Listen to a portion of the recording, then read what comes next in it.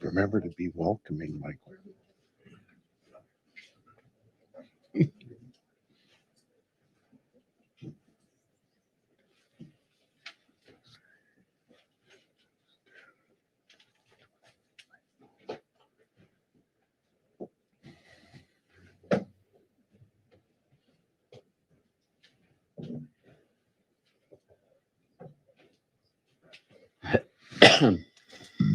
It's great to see a lot of friendly old faces. It's nice. Slightly smaller venue, but this is nice and cozy. Um, I'm uh, I'm going to start this session off, and we are going to dedicate this meeting uh, to the memory of Ben McCallum, who was a member of the Shadow for 20 years. Formerly, his name is Bennett T. McCallum, and he was a member from 1997 to 2016, and a number of people in this room remember him, know him, and many of us, the older generation, remember when he he would present his position papers here, and he would always talk about something very basic and very fundamental from monetary economics. And he'd give us like a lecture on the quantity theory of money, nominal GDP targeting, the Phillips curve, Taylor rule, fiscal theory of the price level, the monetary standard. And Ben was famous for whatever is going on in monetary economics, he would figure it out. And he would say, wait a minute. So if he were around today, he would have really taken a strip out of MMT. Okay, he did that for, as I said, for a lot of other ideas, some of which survived and some of which didn't. And Ben, he kept us honest. He had this really dry, acerbic sense of humor, and he was from Texas. Okay, and he had the East Texas, and he had this really strong Texas drawl. Okay, and he played it up. Okay, so he was very, very good. Okay, now as an academic, he was one of the world's leading macroeconomists for over a generation. And when he passed away in December 2022, he was the H.J. Heinz Professor of Economics Emeritus of the Tepper School of Business at Carnegie Mellon University. And Ben's research for decades was grounded in the rational expectations revolution in macroeconomics and policy analysis that came to the forefront in the 1970s. In the 1980s, his work opened the door to the use of monetary policy instrument rules. And his own rule to this literature was a base rule, which was often referred to as McCallum's rule. And up until about 20 years ago, people would talk about interest rate rules, base rules. Okay, what happened was the interest rate rule took over, and we've forgotten about the base rule. But he was a key proponent of that. He authored over 200 articles in the leading scholarly journals in the field of macroeconomics. He worked in theory, methodology, empirics, and economic history. And he published 2 undergraduate textbooks, which were really the best books for about 20 years in domestic and international monetary economics. And these were used for decades in the leading university. His textbooks were really hard. So they would really aim at, seniors in top universities or even beginning graduate students. They weren't mass market. Okay. He mentored a number of PhD students at the University of Virginia and later at Carnegie Mellon, and many of them went on to have successful careers in the academy and the policy world. The best known of his students was Charlie Evans, okay, president of the Federal Reserve Bank of Chicago, and Charlie was there for close to 2 decades. But sort of perhaps more than all these achievements that I mentioned, and there are many, many more, is how his work changed the practice of modern central banking. Okay. He was a leader in bridging academic research and monetary practice. And because of people like Ben and others, okay, central bankers and academics routinely work together on monetary policy matters. Ben was an exemplar for having an impact on research and practice. He was one of the pillars of the shadow, and those of us who remember him very much miss him. So we dedicate this session to him. And now I'm going to turn it over to Charlie and get things going. Thanks. Thank you, Mike. Well said. Well said, Michael, and welcome to everyone. The first session, we're going to hear 3 presentations. First from Jeff Lacker, second Andy Levin, and finally from me.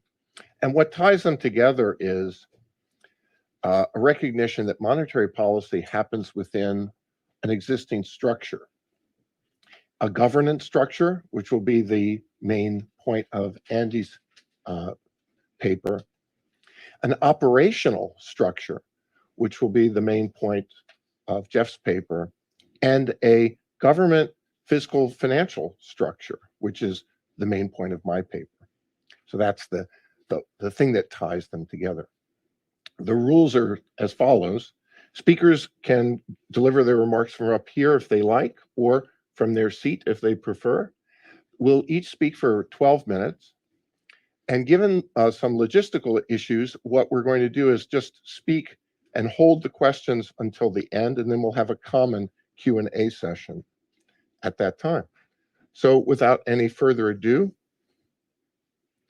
Jeff, the floor is yours. I'll avail myself of the podium. Before I begin, let me say a word about Bennett McCallum. He was a visitor at the Federal Reserve Bank of Richmond Research Department while I was there from 1989 on, and I got to know him very well around the lunch table.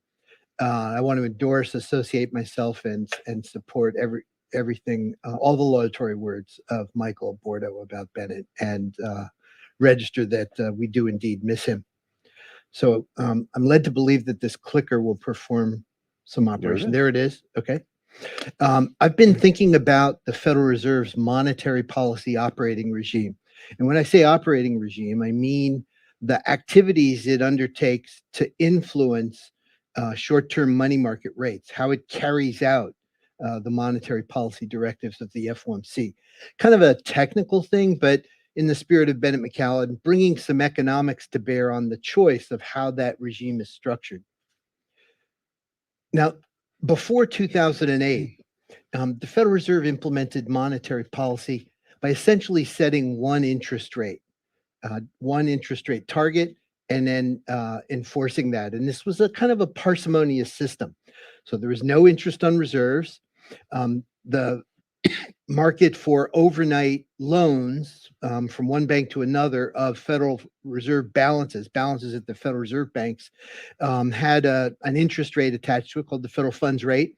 The Federal Open Market Committee set a target for that interest rate, and a department at the Federal Reserve Bank of New York manipulated the supply of reserves so that it equaled demand at the target rate. So it manipulated the supply every single day, adding or draining reserves from the banking system so that supply equaled demand at about right about the target. And we'll see how well they did in a minute.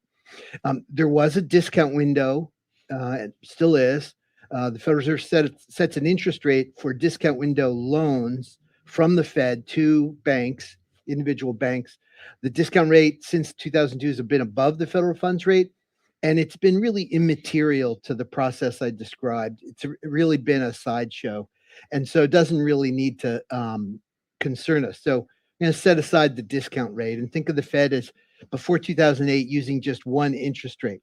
Now, other money market interest rates like the key repo rate, where you can buy securities today and and resell them tomorrow, and lend money that way on a collateralized basis effectively. That fluctuated above and below the federal funds rate target, and no one seemed to mind. So this is a plot where the orange line represents the repo rate minus the federal funds rates target. You can't see it, but it runs from 1998 through 2008. The hiccups at the end have to do with some stuff that happened in the fall of 08. It doesn't need to detain us. Underneath that is a blue line that represents the federal funds rate itself minus the target. So these are deviations. And the scale on the left, I believe each tick is 10 basis points, if I'm not mistaken. 20. 20? Okay. So it shows that deviations are substantial, but they're highly transitory. They go away right away. They aren't persistent swings. They revert to mean. The mean's really close to zero. This is a histogram of the repo rate minus the Fed funds rate target. Again, the bin sizes, I think, are 5 basis points. So it shows that there's substantial deviation, can be above or below by 10, 20 basis points, not unheard of, but generally focuses around zero. And then this shows the actual level of the Fed funds rate target, the level of the funds rate, and the repo rate. And it shows over time that when the Fed moved the Fed funds target, repo rates came right along. So the Fed didn't have any trouble controlling Fed funds, the Fed funds rate, and influencing broader market rates like the GC repo rate.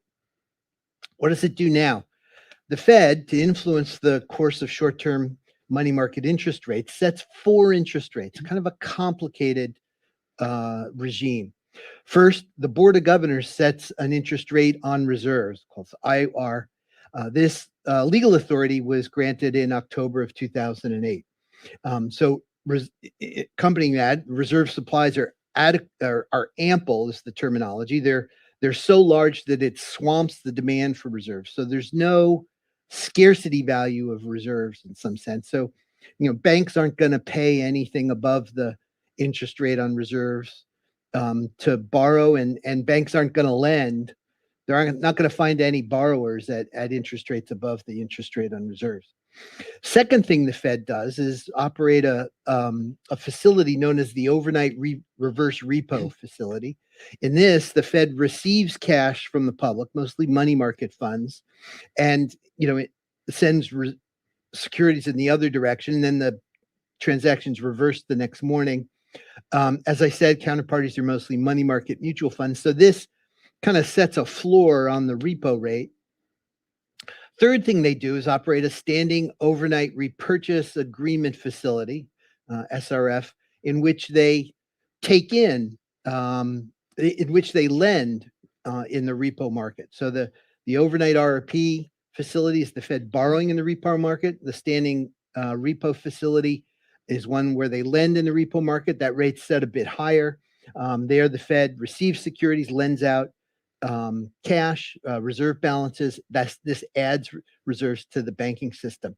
And then finally, the Fed still sets a target for the federal funds rate. It's now a band. It's a quarter point wide, as it has been since December 2008. 4 interest rates, where 1 interest rate used to be enough. And so the natural question is, why do we need these 3 extra why do we need 3 extra programs? Why is 1 interest rate not enough? Before the Fed, 2008, the Fed relied on arbitrage between the Fed funds market and other markets in order to influence other interest rates.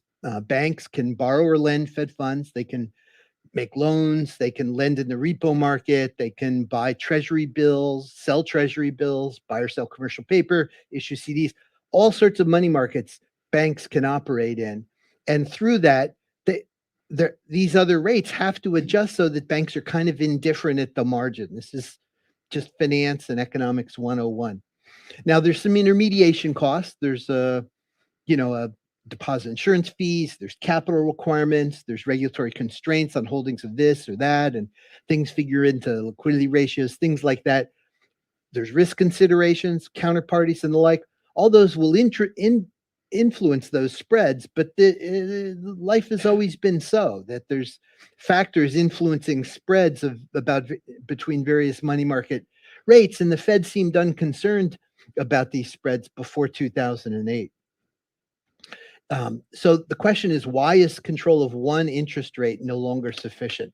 So to fix our thinking here, consider a natural benchmark, parsimonious, one rate operating regime.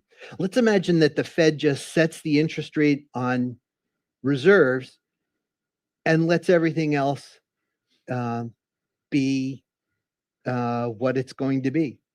So the Board of Governors would agree to follow the FOMC because the legal authority is actually with the Board of Governors, not the FOMC, oddly enough.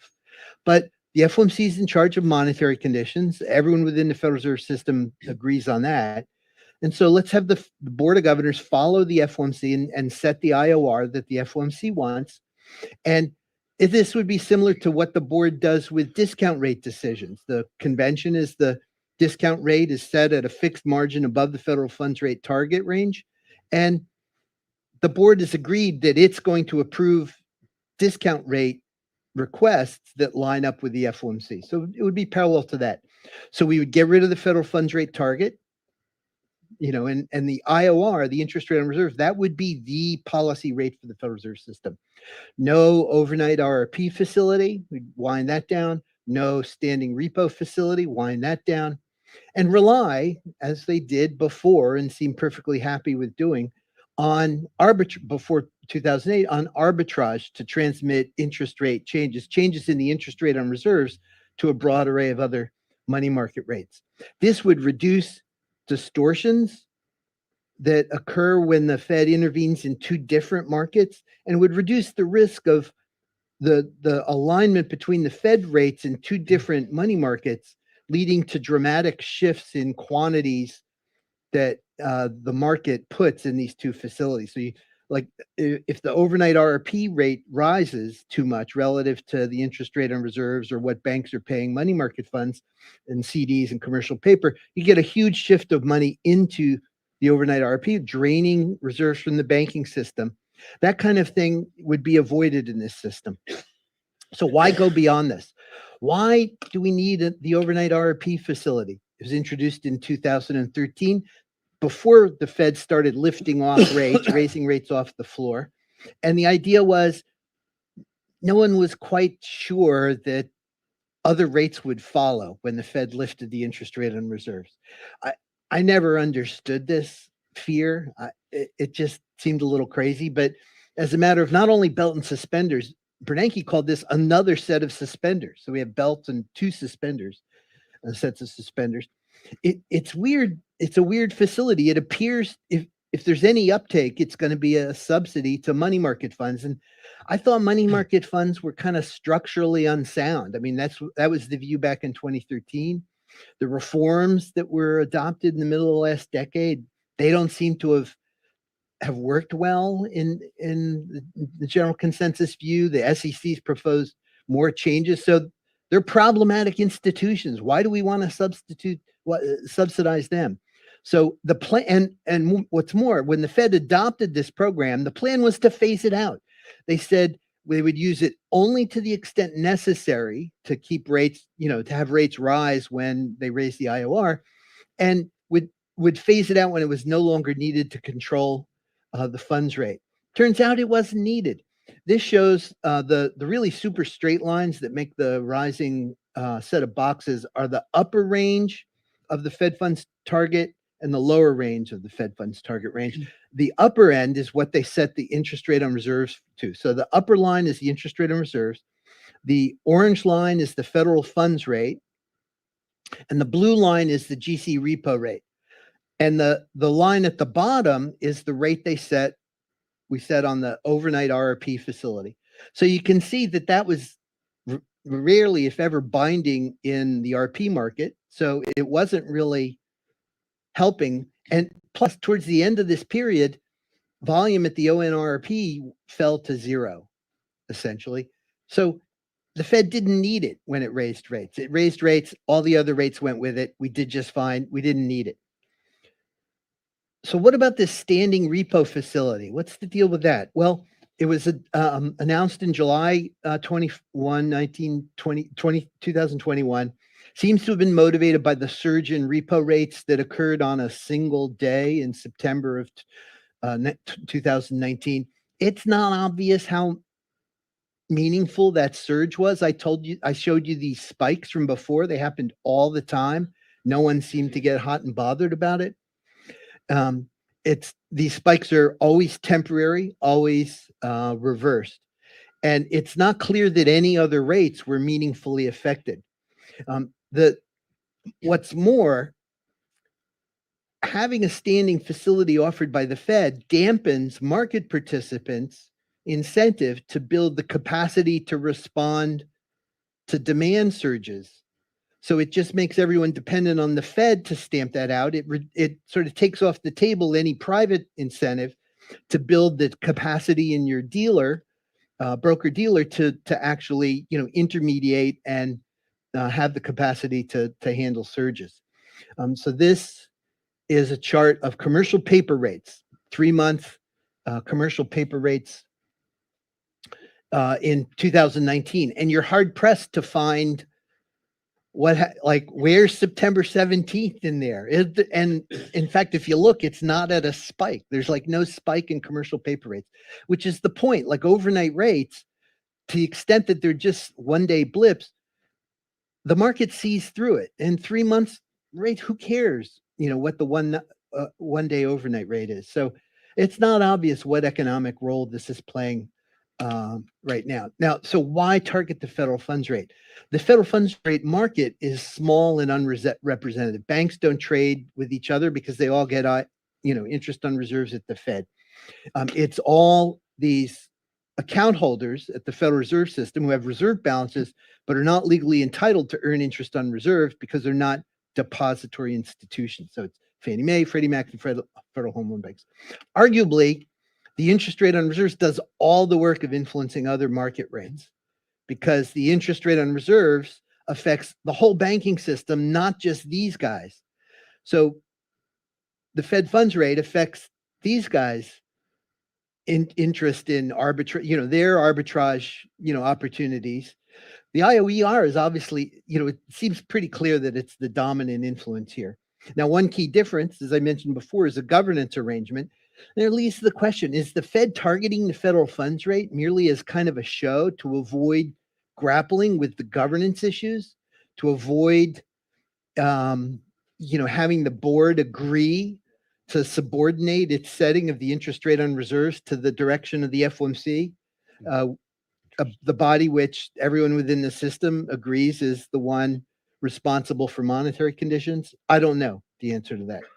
So the broader, deeper question under this is, why try to manage or manipulate market spreads? Presumably, one rate will move all rates, and presumably those spreads are determined by microeconomic factors.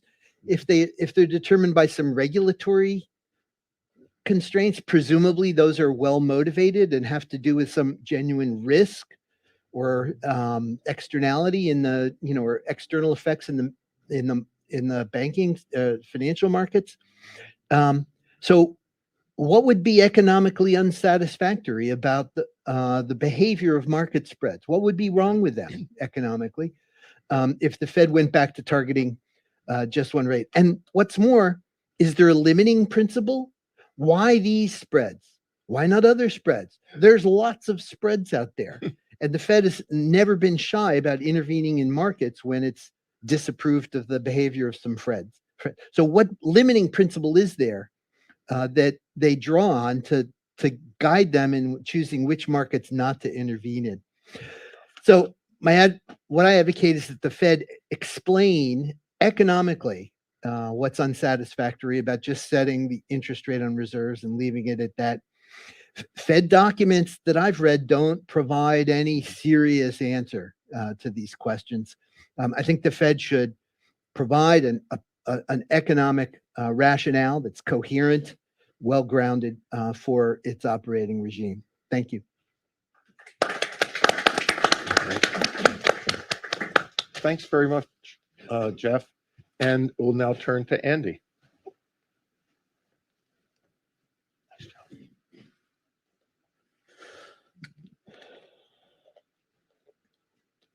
What do I do to bring up the slide? You wait, I guess. Oh, There we go. See it work. okay, great. So welcome to all of you. And again, I will also just iterate my gratitude to Ben McCallum, who's a really remarkable mentor to me at an early stage in my career.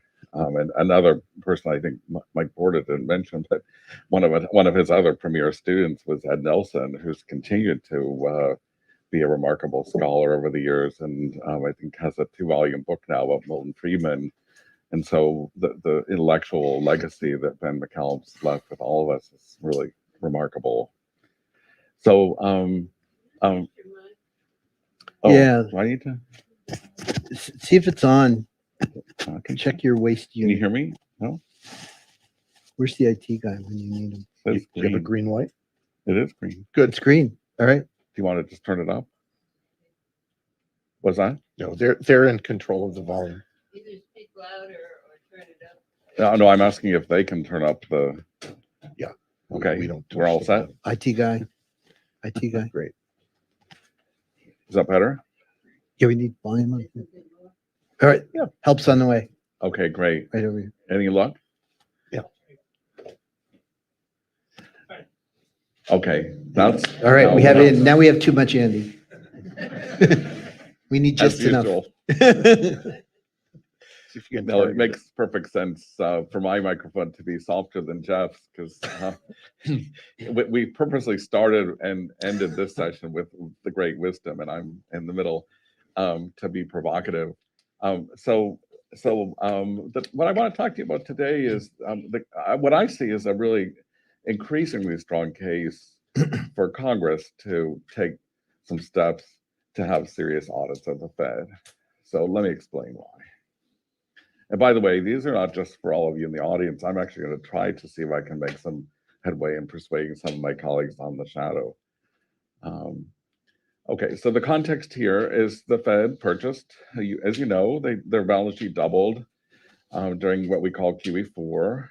How'd they do that? Well, they purchased medium and longer term securities, treasuries and mortgage-backed securities, and they funded them by issuing short-term debt, which turned out, as Jeff explained, a combination of bank reserves and reverse repos. That program wasn't free. Turns out it's going to have immense costs. Bill Nelson and I talked about this a lot last year. I think we've been totally vindicated. The Fed's remittances went to zero last fall, and the Fed now, in its latest New York Fed annual report, indicates that there will be no more remittances through 2028 or longer if the Fed actually has to raise rates further to fight inflation. And what's remarkable about that is the Fed has $2 trillion roughly in paper cash that's not interest bearing. And so if the rest of its balance sheet was neutral, like Charlie Posser and Jeff Lacker actually were advocating 10 years ago, sort of simple treasury bills only sort of balance sheet, the Fed would be earning about $100 billion a year in net interest income, and almost all that would be remitted to the Treasury for the benefit of the taxpayers.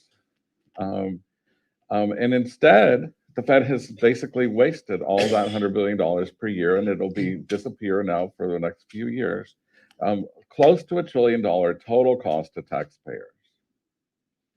And there's been some brilliant commentary. The latest one was in the Wall Street Journal by Paul Kupiec and Alex Pollock. If you didn't see it, I urge you to look it up. It's a really, really brilliant article. And of course, Bill Nelson and I wrote something for Mercatus. You can look at that. And other people have written about this recently too. Okay, but what's ironic and fascinating to me is that outcome for the Fed is essentially parallel to what happened at SVB and Signature Bank. Same basic problem: buy securities, longer term securities, and fund it with short term liabilities. Now we're waiting for May 1st. We're going to hear from the Fed's vice chair. They're supposedly apparently doing a careful internal exam of what went wrong. in the Fed's oversight, supervision of these banks.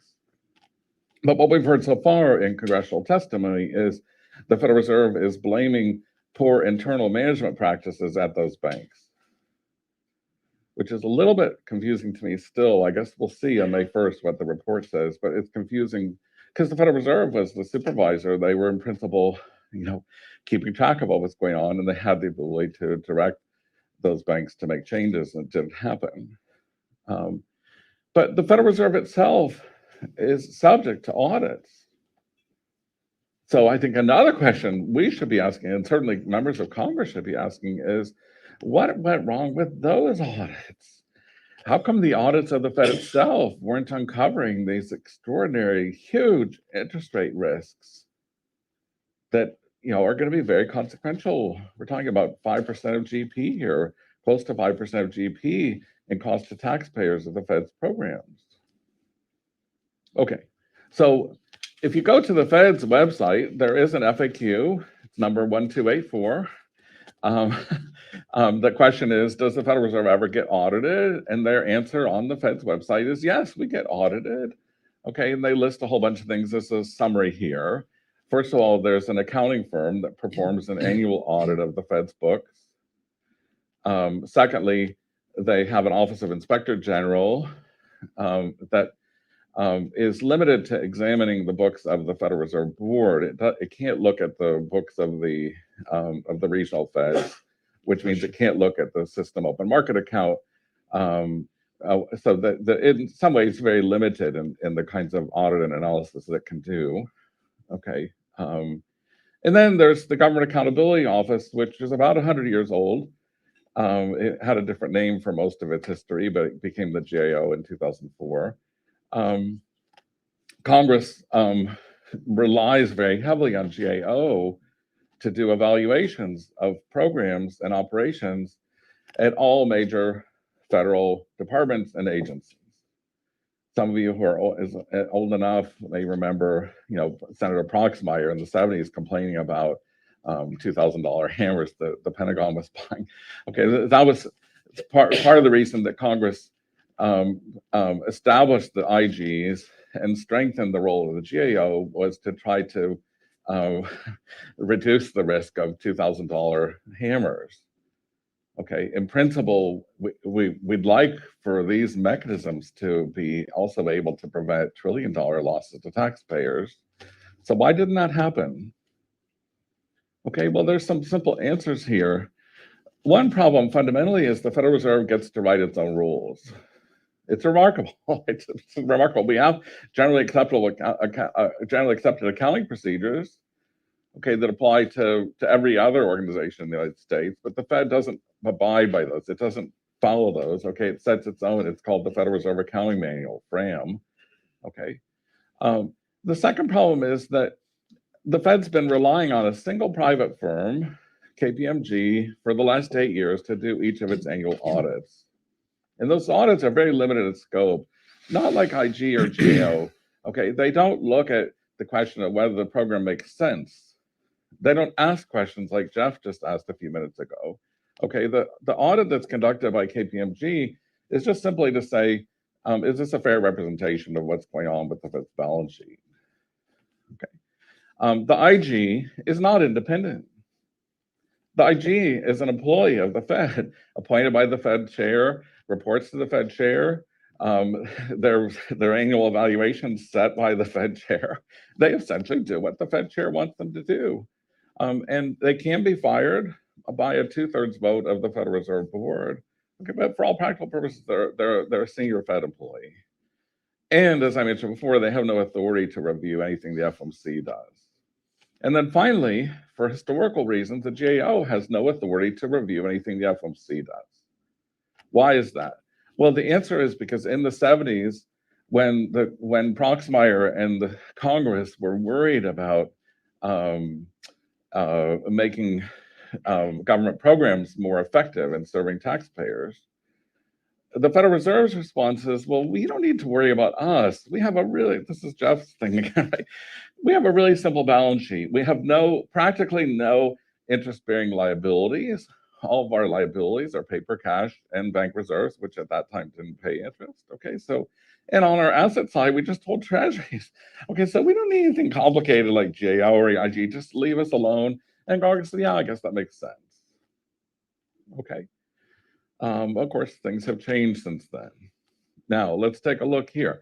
So this is the latest audited financial statements. They were just released a few weeks ago. Nice fancy little cover page there. I just took a JPEG of it to show you. Okay. And I think it's page 3 of the document is the letter from KPMG, report of independent registered public accounting firm. Okay, and I'm sorry, the print here is fine. I just couldn't figure out how to get it onto one slide. But just notice two things. In our opinion, the combined financial statements present fairly in all material respects the financial position of the Federal Reserve Banks as of December 31st, 2022 and 2021.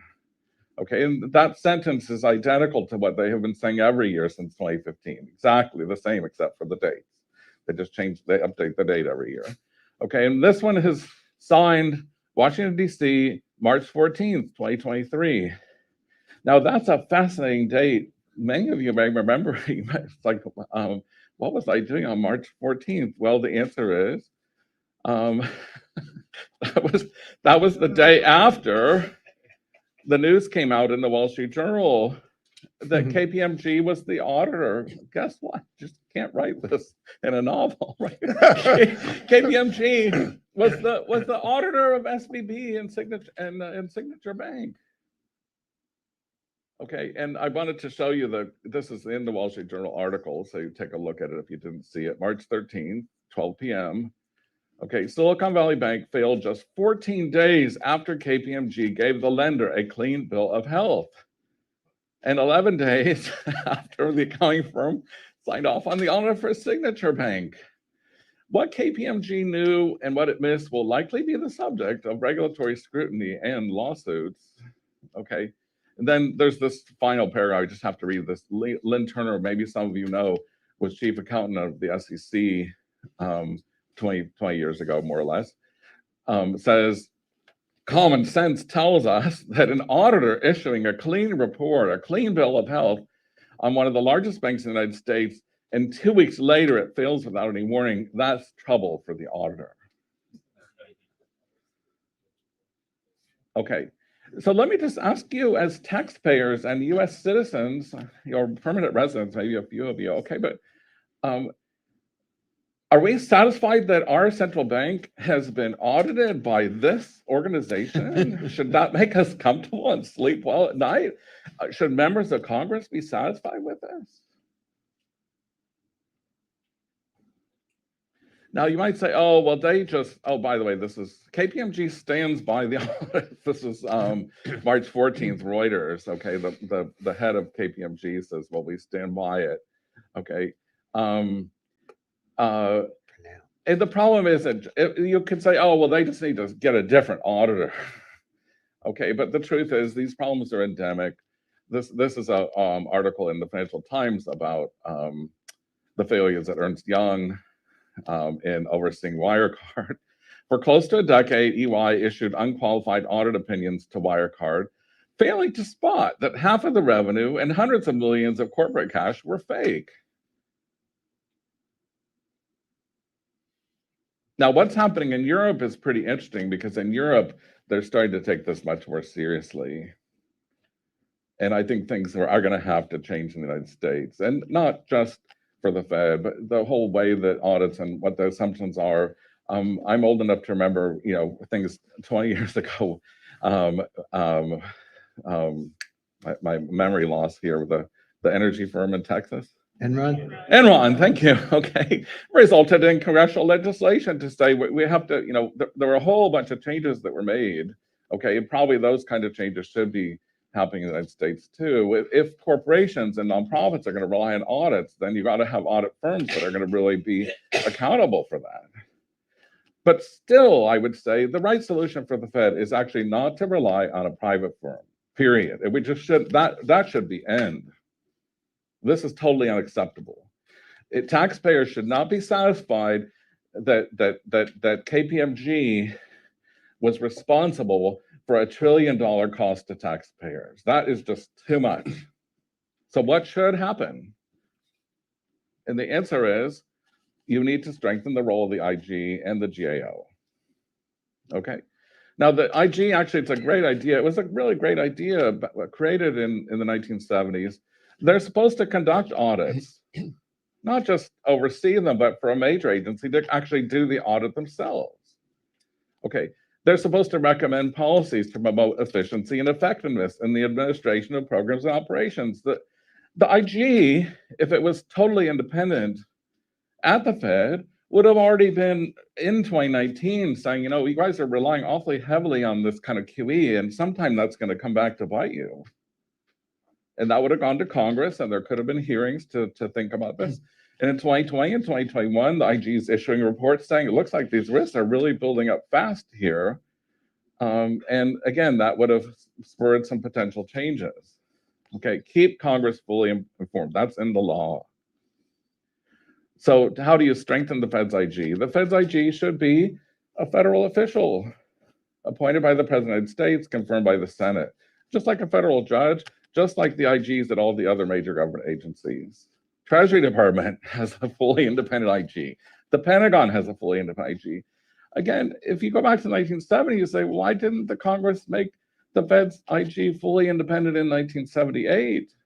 Well, we know the answer to that. It's Jeff's answer. It's because at that time, the Fed had a really simple balance sheet. They weren't doing anything too complicated. The Congress didn't think the Fed needed a fully independent IG. But now they do, for sure. Absolutely, unquestionably, for sure. Okay, so, and then the IG can carry out all the roles that are in the law. That's a simple change. Okay. We also Congress needs to strengthen the role of the GAO. I personally have very high respect for the GAO. No organization is perfect. But just take a look at the GAO's website.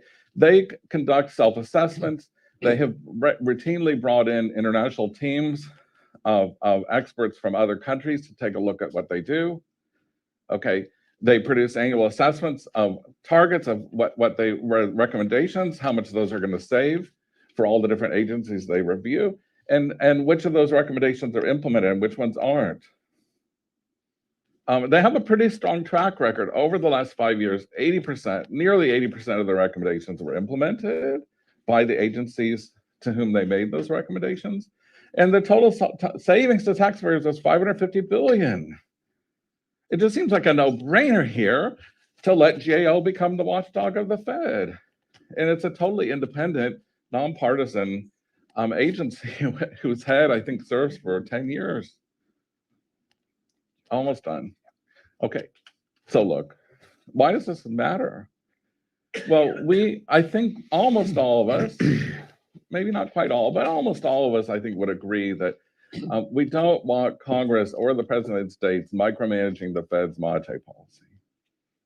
That we don't want that. We understand from mistakes in history, okay, that we need to avoid that kind of political interference. The Federal Reserve needs to have independence in its ability to set the stance of monetary policy. But the only way to sustain that is by sustaining and fostering public confidence in the Fed. So if you want central bank independence in the United States, these kind of reforms are absolutely mandatory and they have to happen soon.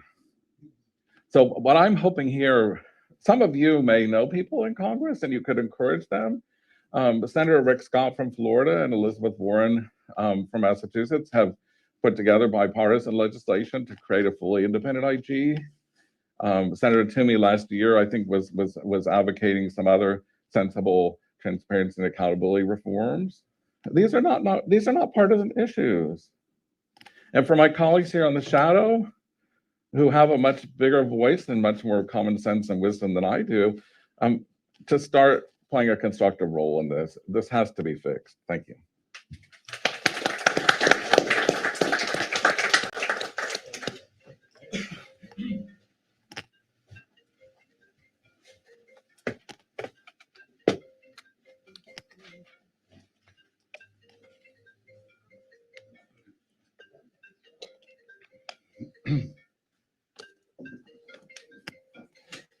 This is a musical interlude. I hope you're all enjoying it. Okay. Well, I'm pleased to say that my presentation, of all the presentations that you're going to see today, is, I think, arguably the most directly related to the legacy of Bennett McCallum. When I was a graduate student in the 1980s, Ben was the leading macroeconomist looking at the issues of how fiscal policy was arithmetically related to monetary policy through the concept which has become now called fiscal dominance. And so his famous 1984 Journal of Monetary Economics paper was really the first to, in a sensible macroeconomic and simple framework, to really explain what was also called in an earlier paper by Sargent Wallace, unpleasant monetarist arithmetic, which was basically talking about the relationship between deficits and inflation in some long-term sense. So that's a clear connection. And of course, we all miss Ben, because if he were here, he would have some very sensible comments about my presentation. The big takeaway from what I'm going to tell you is that when you're thinking about monetary policy, you're really thinking about three sets of institutions. They sometimes operate independently. They are the regulation of financial institutions, the determination of fiscal policy, and the determination of monetary policy. And sometimes they can act independently. But when fiscal policy gets out of control, and I'll explain in a minute what I mean by that, when deficits cumulatively become sufficiently large, they undermine both the independence of monetary policy and, as I'll argue, bank regulatory policy. And that is a theme that other people were talking about back in the 1980s. One of my advisors, Ron McKinnon at Stanford, really made his reputation from pointing out how fiscal policy often was determining, through reserve policy toward banks and the inflation tax, the credit supply limitations in the banking system, basically imposing inflation taxes on reserves that were crippling to banking systems. And so what I want to do is kind of bring together these stories from the 80s, from these two leading lights, to explain to you why I think that right now we're significantly at risk, not just for a fiscal dominance story, a la Ben McCallum, that is for their monetary policy to be dictated by fiscal policy, but we're also, I think, at risk of Ron McKinnon's vision, which is when fiscal policy gets out of control, what you tend to see governments do is tax the banking system through very high reserve requirements that pay zero interest. It's also called the inflation tax. It's the largest component of the inflation tax. We're not used to talking about this in the US because inflation's been low. Reserve requirements currently are zero. And what I'm telling you is that if fiscal dominance becomes a serious problem, not only will we lose the independence of monetary policy, but we will also lose our current situation of low and remunerative reserve requirements, but currently zero reserve requirement, paying a market rate of interest. That's not going to happen. We're not going to be able to persist in having zero reserve requirements with a market interest rate paid on reserves if we have a fiscal dominance problem. And so I want to go through the logic of that. You can read the paper, and the paper is also forthcoming at the St. Louis Fed Review. But I'll just go through it briefly right now. So first, fiscal dominance refers to the possibility that the accumulation of government debt and continuing government deficits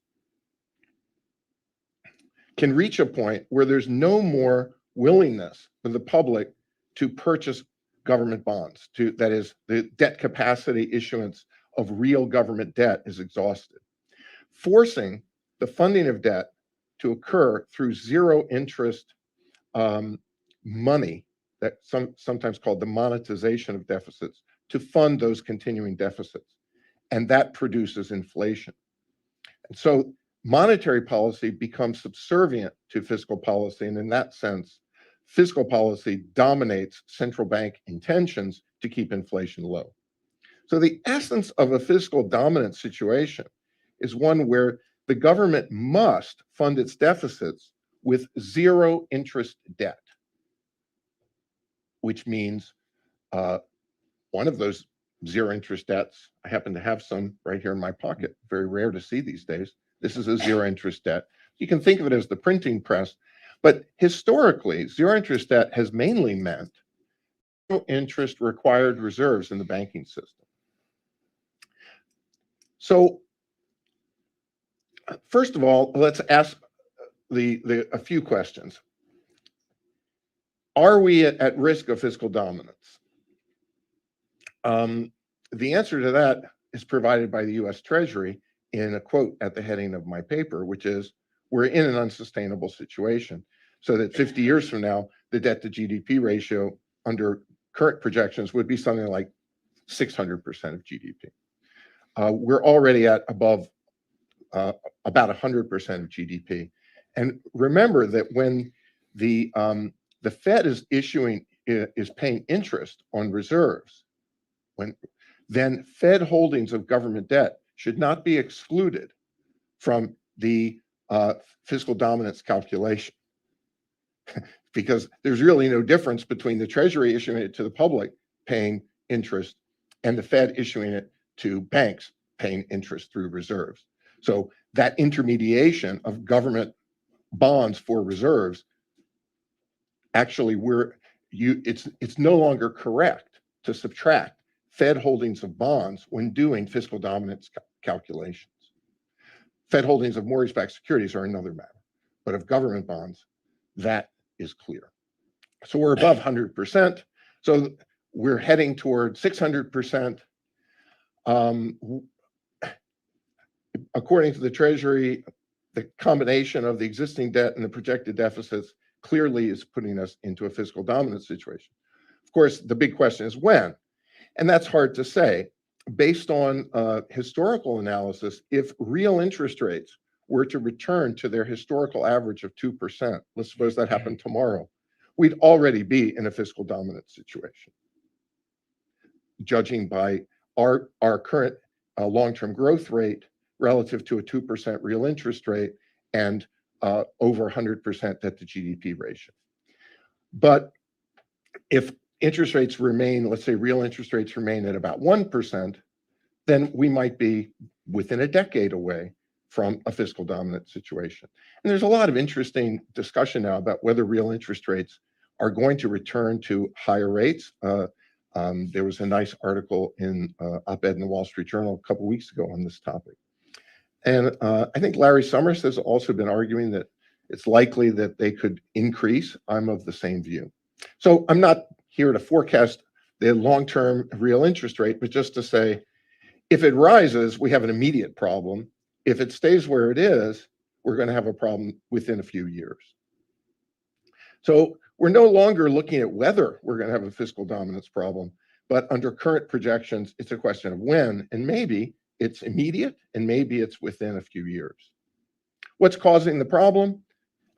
Medicare, Social Security, and national defense needs. Those are all very hard problems to solve. It's not likely that we're going to solve Medicare and Social Security problems. If you've been following the Trump campaign's ads against Ron DeSantis, you know that they must have done a lot of focus group analysis to find out that the public doesn't want anyone to reform entitlement programs, because the big sin that Ron DeSantis committed was that he was open to possibly reforming Social Security, and he voted in several times to do so. So I'd see no indication that there's a political willingness to take this issue on. And of course, national defense at the moment, with China's increasing belligerence and rising power, it's not likely that we're going to fail to rebuild, or at least I would say it's pretty clear that we can't further cut our military spending without significant consequences. So I think it's very unlikely as a political and a geopolitical reality that we're going to solve these fiscal problems. So what's going to happen if we hit the fiscal dominance problem that seems to be almost inevitable to me?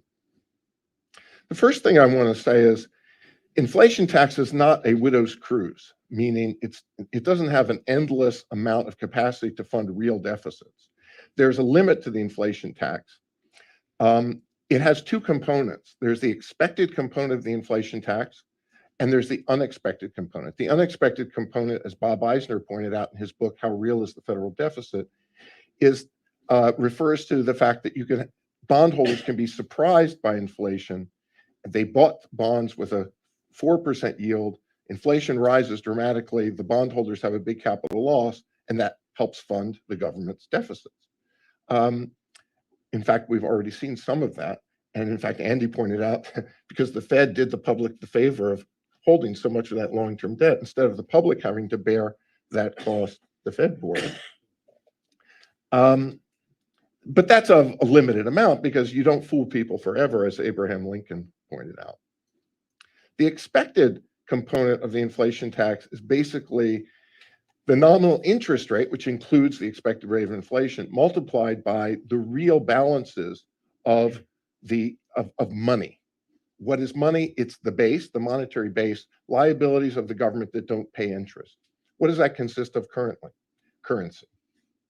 That's it. What would happen if we kept our current policy regime of having zero reserve requirements on banks and paying market interest rates on reserves, and we faced a fiscal dominance problem? So in the paper, I calculate for you if, given what we know about how demand for currency will respond to inflation, roughly speaking, how high will the rate of inflation get if we have to fund those projected deficits with just an inflation tax on currency, the nominal interest rate multiplied by nominal currency divided by the price level? And the answer is maybe about 20%, 15 to 20% annual inflation. But that's not the only thing that could happen, and that's the point of my paper. What's much more likely is that the government will say, you know, we'd really like the Federal Reserve Board to decide to bring back reserve requirements. In fact, why don't we do it sort of Latin American style? And let's say 40% reserve requirements on deposits would be a good start. And let's, by the way, get rid of any interest paid on reserves. And if you did that, well, that might sound like a fairly draconian thing to do. By the way, routine banking regulation for most of world history when fiscal dominance hits. That's exactly what governments do. And if they did that, then inflation would be about half. So it's very tempting to go from a 16% rate of inflation, where you're only taxing currency, to an 8% rate of inflation. The public would be much happier with that, even though the public, of course, will be paying this tax through lower interest earned on their deposits, and banks, of course, would be completely trashed in terms of their earnings. So my point is really pretty simple. This is going to happen, I think, or at least if we don't fix the deficit problem.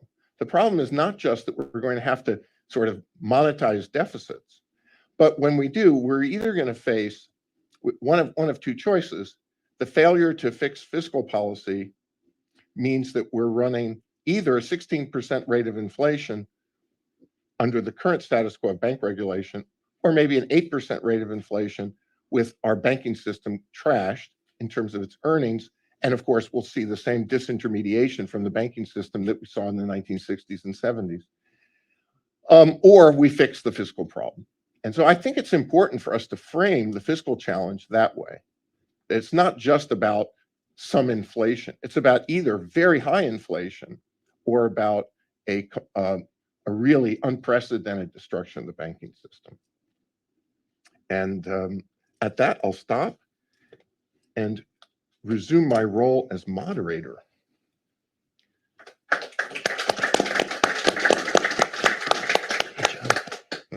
So I want to, while we're all getting the microphones set and you're all thinking of some questions, I'm going to start off the two panelists with a question for each of them. So I'll first go to Jeff. So Jeff, I think you left out an interest rate, because what QE is all about, of course, is targeting long-term interest rates. And so the Fed hasn't just been targeting the four that you mentioned, but another one, which of course gets us to Andy's presentation in a minute. But and I would suggest that the theory about what the Fed is accomplishing is, and the reason that they haven't said it, so I want you to react to my theory here. The reason they haven't articulated this is because the Fed doesn't want to say why it's doing what it's doing. The reason it's doing it is Fed now sees itself as a fiscal authority. The Fed will subsidize money market mutual funds when they get in trouble by paying them a higher spread. That's what it does. I don't think the Fed even denies it, right? I think the Fed has a view of monetary policy, which is if it pays higher interest on reserves, that tends to reduce the amount of credit going through the banking system to commercial and consumer credit. If it, though, targets long-term rates, so a policy of what we've seen, which is quantitative easing combined with high interest rate on reserves, well, what does that do? Well, that's a fiscal policy toward the mortgages, right? That's a housing policy. So the Fed can decide by having all these interest rates whether it gooses up the housing market, commercial lending. I guess you could also argue that there's a foreign exchange component there too. So that having multiple tools allows them to be a shadow fiscal authority. And isn't that why they don't want to talk about it? So I'm not going to speculate here about why they don't want to talk about this, that, or the other thing. But I'll just observe that your principle is correct, that this is a Federal Reserve that is much more highly inclined to intervene in various financial markets using its balance sheet in various ways, being creative about exploiting legal avenues to doing so, forming off-balance sheet entities to buy things it's not entitled to buy, and so on, and interpreting its remit very dramatically as well. A really simple thing, way to think about this is to think about the Fed as having liabilities that are monetary and that it has a monopoly over. It's been granted a monopoly, and this is a common structure around the world. Central banks have a monopoly on particular liabilities. For us, it's the paper currency and the reserves that banks, as a matter of practice, basically have to use to clear and settle everything from check clearing to money market transactions to credit card transactions and the like. So it has a monopoly on some monetary assets, and its control of that is monetary policy. That's what monetary policy is. On the asset side, it can hold treasury bills, very short-term treasury bills. Anything beyond that is fiscal policy. Anything beyond now, monetary policy thought of in terms of central bank liabilities does have fiscal implications, but going beyond that and selling treasury bills in order to buy longer-term treasuries, that has fiscal consequences, as shown very dramatically by the calculations that Bill Nelson and Andy Levin did last year that Andy referenced. Going beyond holding T-bills and intervening in the corporate bond market, commercial paper market, and so on, that's a fiscal thing, because what they're doing is selling government securities to the public and using the proceeds to invest somewhere. And if that's not fiscal policy, I'll eat my hat. So it's an absolutely great point. I think it's a puzzle.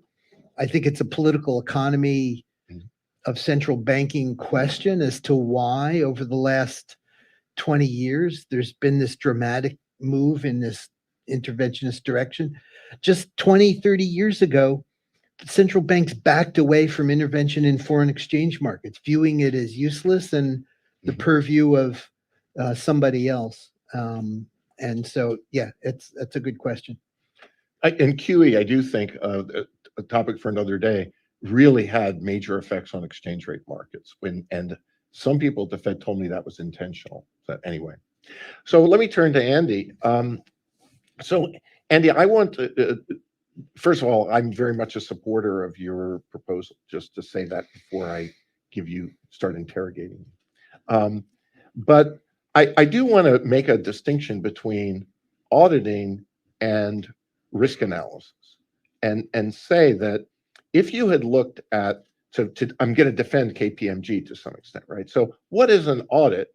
If you looked at the 10K for SVB as of December 2022, what you would see is that although because of hold to maturity accounting, they were presenting those bonds at their face value, right next to that number on the balance sheet of the 10K was the unrecognized capital losses of the bank.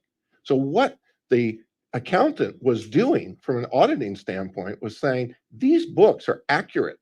And by the way, these books are telling you two things. They're telling you that the accounting profession and the Federal Reserve and the FDIC and others are allowing this accounting fiction to happen, that actually this bank is almost insolvent. So that was public information, and the auditor can't really be blamed for the accounting rule or the regulatory and supervisory inaction based on the transparent visibility of this, which by the way applies to about 200 banks before we even start looking at their commercial real estate laws. So I just want to say, I think that I agree with you that someone needs to be pointing out risk. So when I was supervised as a banker, I had to do duration analysis at least for my portfolio. The Fed insisted on it. And so I completely agree with your point that someone should be raising questions like this from a taxpayer protection standpoint about the Fed. But I do want to argue a little bit about whether the right word is audit as opposed to sort of risk analysis. And then, relating to that, wouldn't the Fed's response be, well, of course, the banks need to have someone informing them about inflation risk because they're not experts on that. We control inflation risk. We know there's nothing to worry about, right? Wouldn't that be their response? I say somewhat facetiously. Okay, well, those are great questions. So first of all, I would say that probably we need to strengthen the auditing system, right? So that, for example, because I'm a big believer in transparency, and transparency means put important things right up front in plain English so that people can see it, right? So then in the cover letter for an audit, would say, readers of this letter should be aware that on page 3, there's a huge difference between the paper value, the book value versus the mark-to-market value, and should be aware that any further increases in interest rates could, substantially deteriorate the position of the bank. It could become insolvent, right? And that would be in the cover page. These are the sort of things, again, that happened after Enron. There were requirements, changes in, the disclosures that corporations were made to make, and changes in the accountability of the corporate executives and the boards of directors. And I think some of those changes, could be happening, could be productive.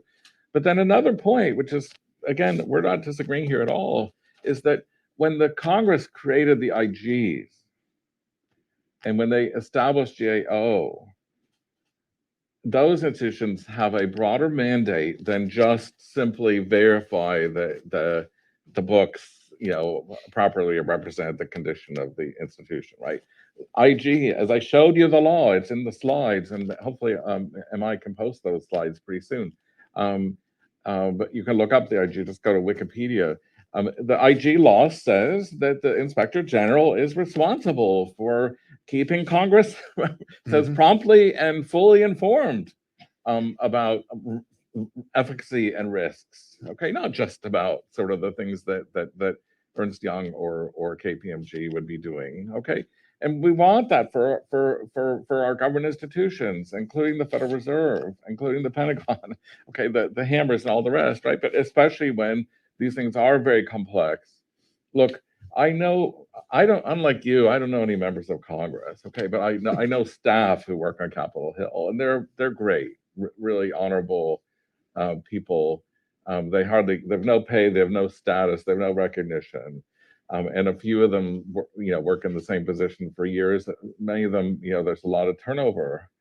And part of the reason Congress created the IGs and the GAO was a recognition that Congress itself doesn't have the capacity to take a really close look and scrutinize very complex issues, whether it's a hammer at the Pentagon or some other program in the Interior Department or something like this at the Fed. I mean, Jeff's thing shows you how complex this is.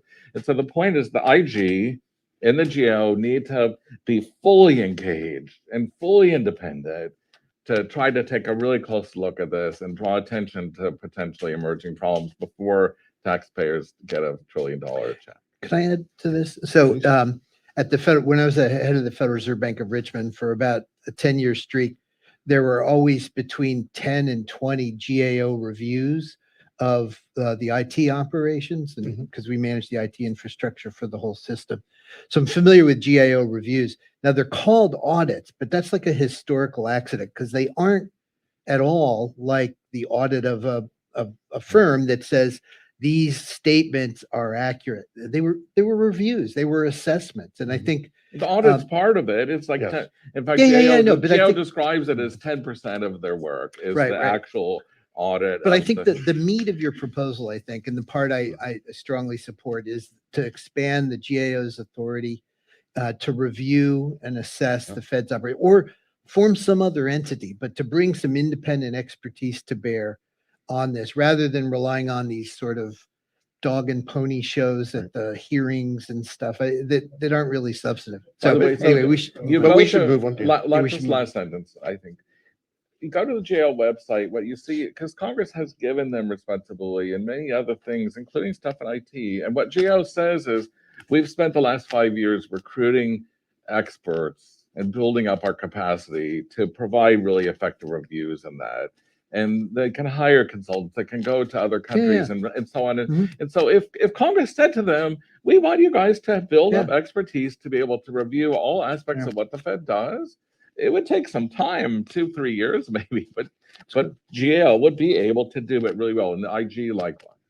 But so we're going to go to the audience, but I just want to be clear. I agree with you. It's mainly a sort of a word semantic point, but it's more than a semantic point because if you went to SVB's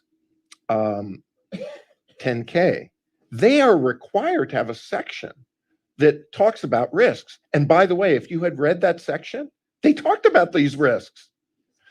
The key isn't the key difference, and really the point you're making, that the Fed doesn't have to issue that audited by anyone. I don't think that KPMG ever had to examine the Fed statement about its own risk because I don't think the Fed has to create one. That's really the point, isn't it? That we need a mandate, as you're suggesting, not just to have an external auditor, but to have a new criterion where the Fed has to itself report on its own risks, which it doesn't currently have to do. But so I'm just wholly embracing what you're saying, but with a slightly different language. Okay, we have lots of questions. We're going to take, we'll take the front row because I know you'll be short. And Mickey, you go first. Okay, so Andy, you talked all about the cost to the taxpayers of the Fed's large balance sheet and the consequences of higher rates. But you didn't talk about any of the benefits. And so when we go back to March of 2020, when the pandemic was unfolding, and the Treasury market became severely dysfunctional, and the primary dealers couldn't handle it in their balance sheets. Then you had massive Fed Treasury purchases of treasuries. Okay, now then they continued with their purchases of treasuries and MBS long after financial markets had stabilized. So the issue is, you mentioned at the conclusionary remarks, of course, we don't want an auditor. We want the Fed to continue to be independent in its conduct of monetary policy. How do you see having the GAO audit the Fed while still allowing the Fed to have flexibility in the conduct of monetary policy? And the point about, how could they audit without with the Fed saying, okay, as long as you don't impose. So how do you reach a happy medium to where your concept could become a reality? I think that there is semantics here, but I think one advantage of the word audit is it's well understood that the auditor has no direct control over any of the policies or decision making of the organization, right? It's just an external review. And that's so the way GAO works. And by the way, I showed you like only 79 or 80% of their recommendations are actually followed. Okay, so just for the sake of argument, and it's not just GAO, I think IG should be doing something similar. Okay, that prior in 2019 and 2017, IG and GAO should have already been looking to say, if there was dysfunctions in the treasury market, what could and should the Fed do? What would be most effective for taxpayers? What would preserve the stability of the global financial system, right? Those would be perfectly reasonable questions to ask. But then we get to March and GAO and IG say, this makes sense. What the Fed's doing right now makes sense. And by April or May, they've issued a report. But in June, July, August, September, December, January 2021, IG and GAO are both issuing reports saying, this could turn out to be extremely expensive to taxpayers on the order of hundreds of billions. We're not over. If the Fed has to raise rates another percentage point or two, which I think is a possibility, okay, this cost to taxpayers can go well over $1 trillion. Okay, the point is, GAO would issue a report. IG issues a report. The Fed officials have a hearing before Congress. They say, we disagree with the GAO's analysis. Here's why. Okay, so the same as any agency, the Pentagon doesn't have to follow the GAO's recommendations. But if they don't, it's likely that members of Congress say, we need to have a hearing. We'd like to hear why Pentagon is not doing what GAO said. Let's collect the two comments first, Mike, and then Debbie, Well, and then you can answer. I'm changing gears and I'm turning to your paper, Charlie. How do what you're saying differ from John Cochran's fiscal theory of the price level or Sargent and Wallace? I mean, I don't see the value added. And also, in terms of how dire this problem is, look at Japan. It's been doing quite well at 200 plus debt to GDP. I mean, I see this as maybe it's a problem for 30 years from now. Logically it's an issue, but how dire it is, I'm not so sure. So I don't want to go into. You're going to do both? Oh yeah, well yes, that's a good idea. So Debbie, who's your question for? A question for Jeff and just quick comment. So Jeff, I was all with you until you said the IOR was what the Fed should ultimately settle on. So I wondered if you could comment on what to me is a massive change in policy of making a target rate an administered rate rather than one which requires open market operations in order to implement. And the reason I'm asking is because when that administrative rate becomes unreasonable relative to market forces, there's not the same kind of transparency of watching the Fed having to make ever more desperate transactions in the financial markets through the open market operations. So I've been thinking about this quite a bit.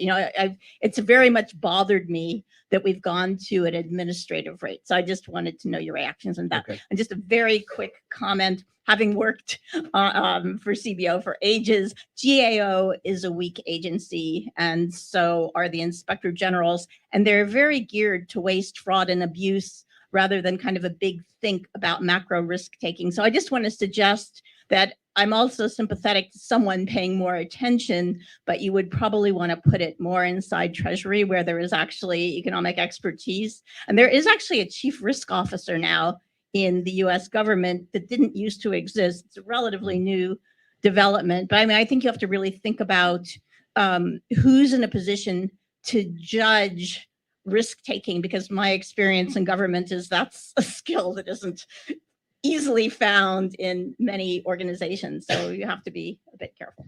You want to respond? So what's that? You respond to him Okay. and I'll respond. Yes. So, Mike, there is a difference. So Sergeant Wallace, and I think this is true of Cochran's book, but I have to go back and reread it. Fiscal theories of the price level that aren't monetary economies are a little different from fiscal theories that have monetary economies. So one of the reasons I cite Ben McCallum, his 1984 paper, as the right sort of important arithmetic exercise, rather than Sergeant Wallace, is Sergeant Wallace is just a non-monetary economy. It's an economy where there's no difference in government. There's government bonds. That's all it is. Whereas Ben's paper is really about what I'm talking about, which is how a monetary economy and the monetization of deficits happens. And so, for example, I don't think my understanding of the way fiscal dominance hits markets is not the same as the fiscal theory of the price level people's understanding. For example, they think that what happens is that when you go to do your auction of your bonds, because that's the only asset that the government's, the only liability the government's issuing, that the price level jumps. But the price is somehow the price of bonds because there's no money, as I understand it. So there is a difference. And I strongly associate myself with the monetary theory of fiscal dominance, which was Milton Friedman and Ben McCallum, and not Sergeant Wallace.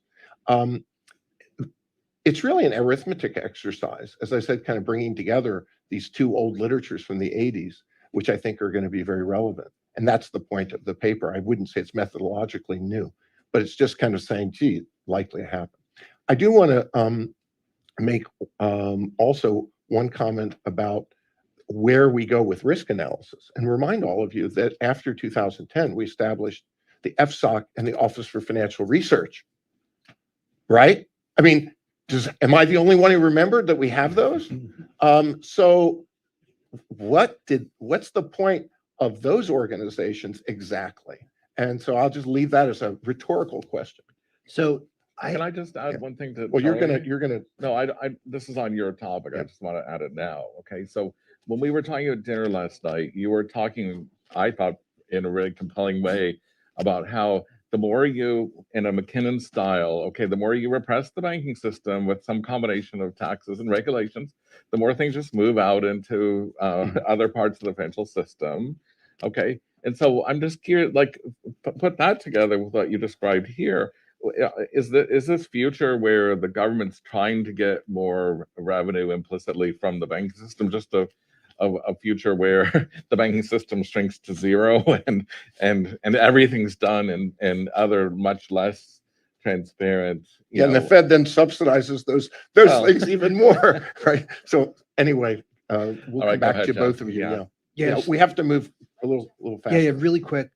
I don't view the interest rate on reserves regime and what the Fed used to do as qualitatively different. They're two separate cases of a single regime. And the old regime paid zero on reserves, restricted supply to make them scarce, and traded at a premium. Reserves traded at a premium over the interest on reserves. Now reserves are ample. They pay interest on reserves and drive the premium to zero. So to me, they're kind of the same. And this idea of feedback from markets, the feedback from markets is in the longer end of the treasury curve, not in T-bills or the Fed funds market. If the Fed's, it's not going to struggle in the Fed funds market, it's going to see the long rate go up. So we could just talk more about this offline. Do you have anything else you want to add? I'm sure we've got could, lots but of that's all right. questions. Why don't we go Okay, to the- let's go. What's up, Nikki? We should take some of them. Go for 5 or 7 minutes and then we've got it. Okay. Think- End this session. Yeah, Okay, take some of them. It's 10:30. Take a few. you have your hand up in the fifth row. Yes. With no, the fellow behind you, Then and then we'll get you. Uh, No, right. Hold on just a second. Go ahead. Yeah, I do have a follow-up question regarding the essentially arbitrage, maybe for Mr. Lacker, and regarding the arbitrage of enforced interest rate changes, right? The reason I'm pointing out is on the Fed liability side, the item that moved most in the last since maybe financial crisis of 2008 is really the reserve. The reverse repo, of course, there's TGA as well. So let's ignore TGA's interesting features as well for now, right? But the nowadays, due to in the ample reserve system, all form of this liability increase have some degree of financial or credit disintermediation features. But still, there's a big difference between reserve and reverse repo, because reserve still can give liquidity to the bank, which help the banking system serve as some form of a financial operation, which fund the bank system. And also, it does have the feature, because of traditional view of the money is not totally lost. It's still some base money expansionary factor sometimes, right? But when you look at reverse repo, that's totally different. Reverse repo is a form of like absorbing liquidity, essentially financial disintermediation. So I think before we talk about all these features about how the market can function to set up all these interest rate policies, right, through market. But the functionality of this liability on the bank and the Fed side are drastically different. So shouldn't be maybe there is a way to directly deal with that issue before we talk about the market functions. Let me take a couple and then you can Okay. respond. Just forward. Yeah, just, right there. Yeah, you. The government of Australia has announced the first review of central banking policy. Is the scope of their review fit with what your intentions are? The emphasis seemed to be on mistaking interest rate calls rather than procedure and policy and so forth. So would you comment on their scope as it relates to what might possibly be a guideline for here? Great. One more question and then I'll let our speakers answer. Yes, in the front, the lady. Wait for the mic. The gentleman over here said that we really should have somebody or some entity that points out risks. Now, this lady over here said that Treasury is a good, there are people in Treasury that are doing this. Do you think that maybe this group could set up some kind of think committee to decide how to approach that question and how to get the attention of Congress? A group from the Manhattan Institute. A group to shadow the Federal Open Market Committee. Shall we say That would make a lot of sense. So let's now respond to these three questions. Yeah, You two. I'll start really briefly. The difference in the properties at a fine, at a granular level of reserves supplied to the banking system versus ONRP transactions supplied to a broader public. Those differences are presumably going to be reflected in the rates of returns those institutions are willing to pay. And that's an example of the microeconomic factors that I think ought to determine those spreads, in which the Federal Reserve hasn't told us why they think that the market determination of those would be wrong if they withdrew from the overnight RRP market. That's my point. But your point is perfectly valid that there are some differences there. Do you want to take the other Yeah, questions? well, the question about the RBA is a really great question. I wrote one of the background papers for that review and had a lot of conversations with the Secretariat. Absolutely, Congress should launch something similar, right? And it was a broad review, actually. And it was the former first deputy governor of the Bank of Canada was on that panel.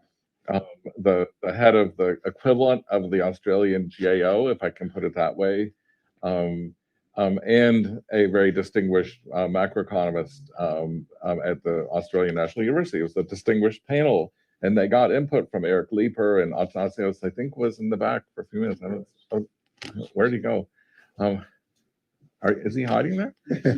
Okay. Anyway, Athanasios wrote a background paper, and the thing that report, read it, okay, because it talks about fiscal monetary interactions, okay, and they recommend some changes to strengthen the independence of the Australia Central Bank.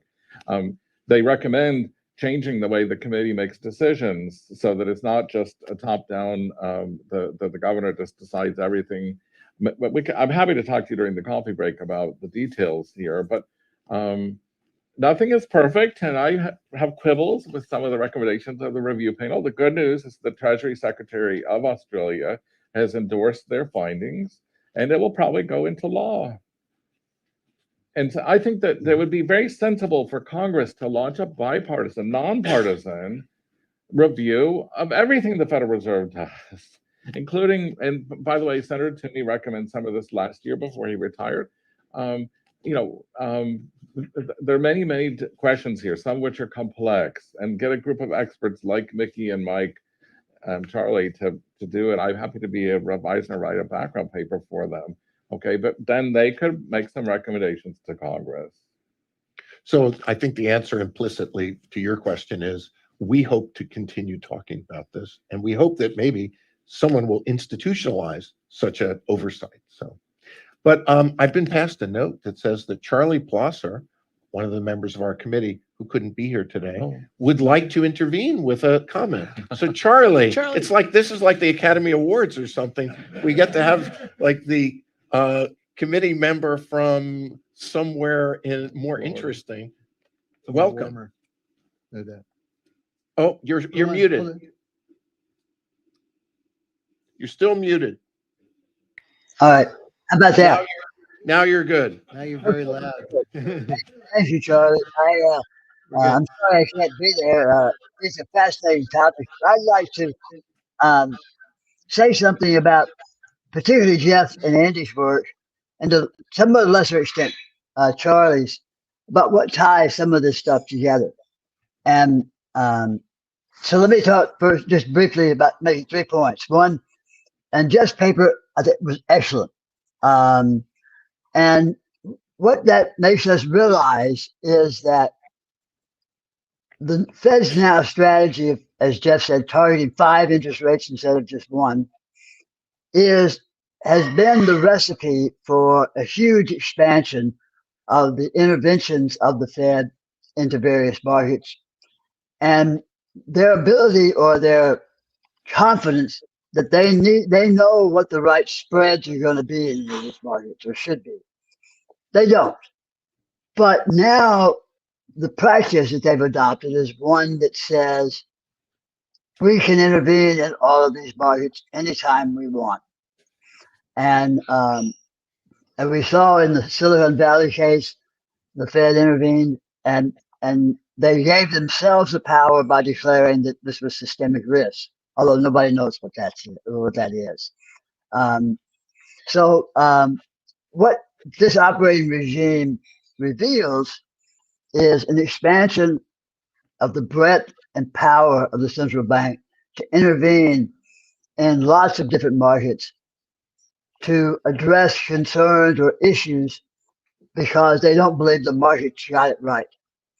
And I think that's very dangerous. And it's why our balance sheet is now $8 trillion rather than 2, and why we're intervening in so many other markets. I think this is a huge problem that's building up, and we're going to see more interventions of a larger scale because of this operating regime, and we're going to find less enthusiasm by market participants to use market discipline to discipline both firms and their business models and their risk taking. And I think this is leading us down a very bad road.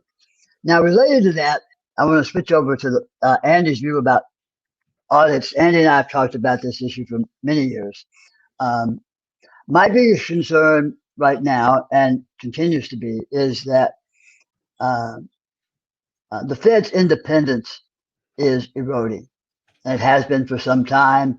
It accelerated dramatically in the financial crisis of 2008. I still believe independence is critical for monetary policy making. And the problem with monetary policy decisions is that whether they were good or bad, we don't know for many years to come. The price we paid for the interventions and the style of policy that we adopted in 2008 and 2009 and its consequences for inflation and Fed independence is only now beginning to show its face. And even though some of us were concerned back then about the longer term consequences. So I think evaluating some of these decisions is very, very difficult. Not that it shouldn't be done, but very, very difficult. And as I understand it correctly, at least in other regimes and other times, Congress men and women have the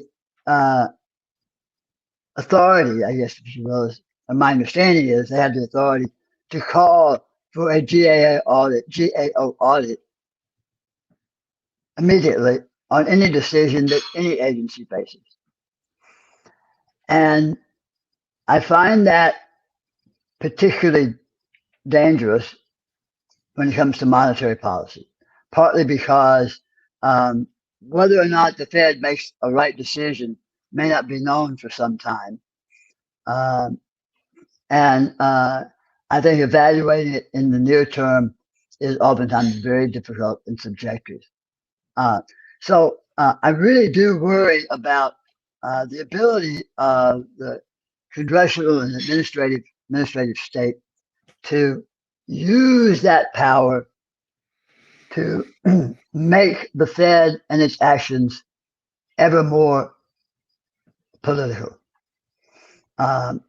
It doesn't have to be that way, but it certainly opens the door for partisans in Congress to use the threats of a GAO audit of some We're running kind. out of time, Charlie. I'm sorry to Uh, interrupt you. All right, I'll just finish my sentence then.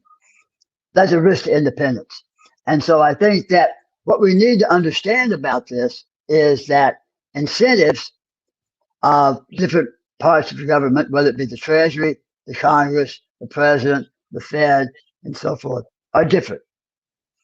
And Doug North, the Nobel Prize winning economist, taught us and emphasized for a long time that relationships, how you define and structure the governance structure between different institutions and organizations, is critical for understanding their effectiveness.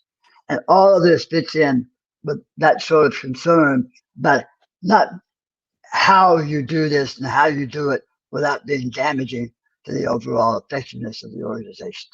So I'll stop there. Thank you. Thanks very much, Charlie.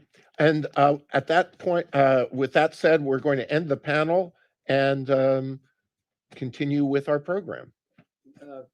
Short break Right. before the next panel. So there's a very short break. Enjoy it. Thanks to you panelists.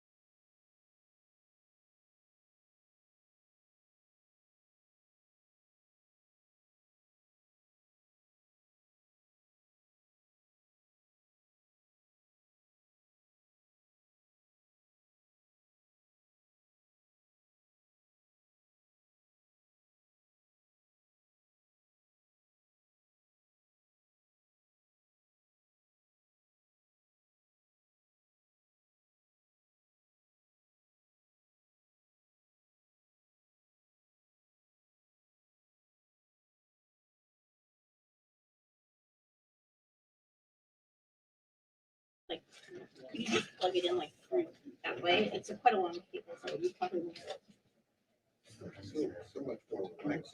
Right. And then we can make Okay. it so that it doesn't disturb your feet. Can we get the slides? Forget it, I'll just leave them. And I just click? Okay. All right, Mickey and I are gonna lead off this panel. And we're just gonna look at some of the current events and related to the past. So the top, our remarks are entitled Fed rate increases from behind the curve, financial stresses current and historical. Okay, so the Fed's followed this extended, excessively easy monetary policy up till last year.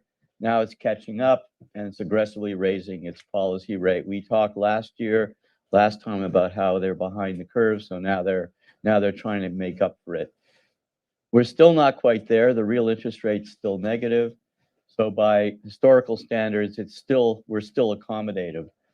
The Fed's tightening cycle led to financial stresses, bank failures, disintermediation from the regional banking system, and tightening credit standards. The stresses are a normal part of the Fed's tightening cycle, and we've seen this in the past. This is nothing new. And in fact, it seems like, seeing as this seems so typical, it should have been anticipated and not a surprise. So there's a key difference, however, between where we are today and some earlier episodes, and that is that inflation is still high and seems to be persistent. And so in the past, what happened? In the past, when I say I'm thinking of the post-war, okay, post-World War II, when the Fed tightens, you get these financial stresses, you get bank failures, non-bank failures, and credit crunches, which have negative effects on the economy, and usually that ends the tightening cycle. But the key difference between most of the past and today is persistence of inflation. And so the challenge the Fed faces is, if it relaxes tightening because of these financial stability concerns, the inflation still stays around, and so that poses future costs or requires future Fed rate increases. So the probability of a hard landing is inevitable sooner or later. Okay. So what I'm going to talk about for a couple of minutes, and Anne-Marie's in the room, so she will make sure I got this right, is historical episodes of Fed tightening and financial successes. So the first one is the credit crunch of 1966, and Chairman Martin was in charge back then. And what the Fed did was they started raising rates to dampen inflation that was building up in the 60s. But President Johnson put a lot of pressure against rate increases. And so in a sense, what the banks were urged to do through jawboning was to ration credit supply. And then they also raised the Reg Q ceiling.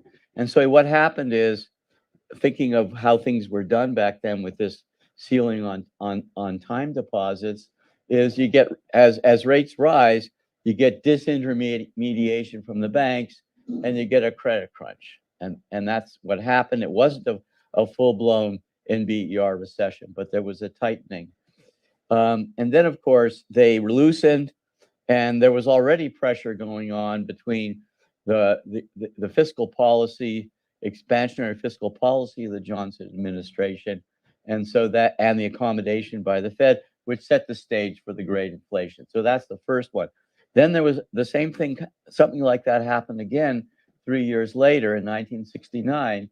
Again, inflation's going up, Fed raises rates, but also it jawbones the banks to ration credit, and there are these constraints of Reg Q, so you get the credit crunch.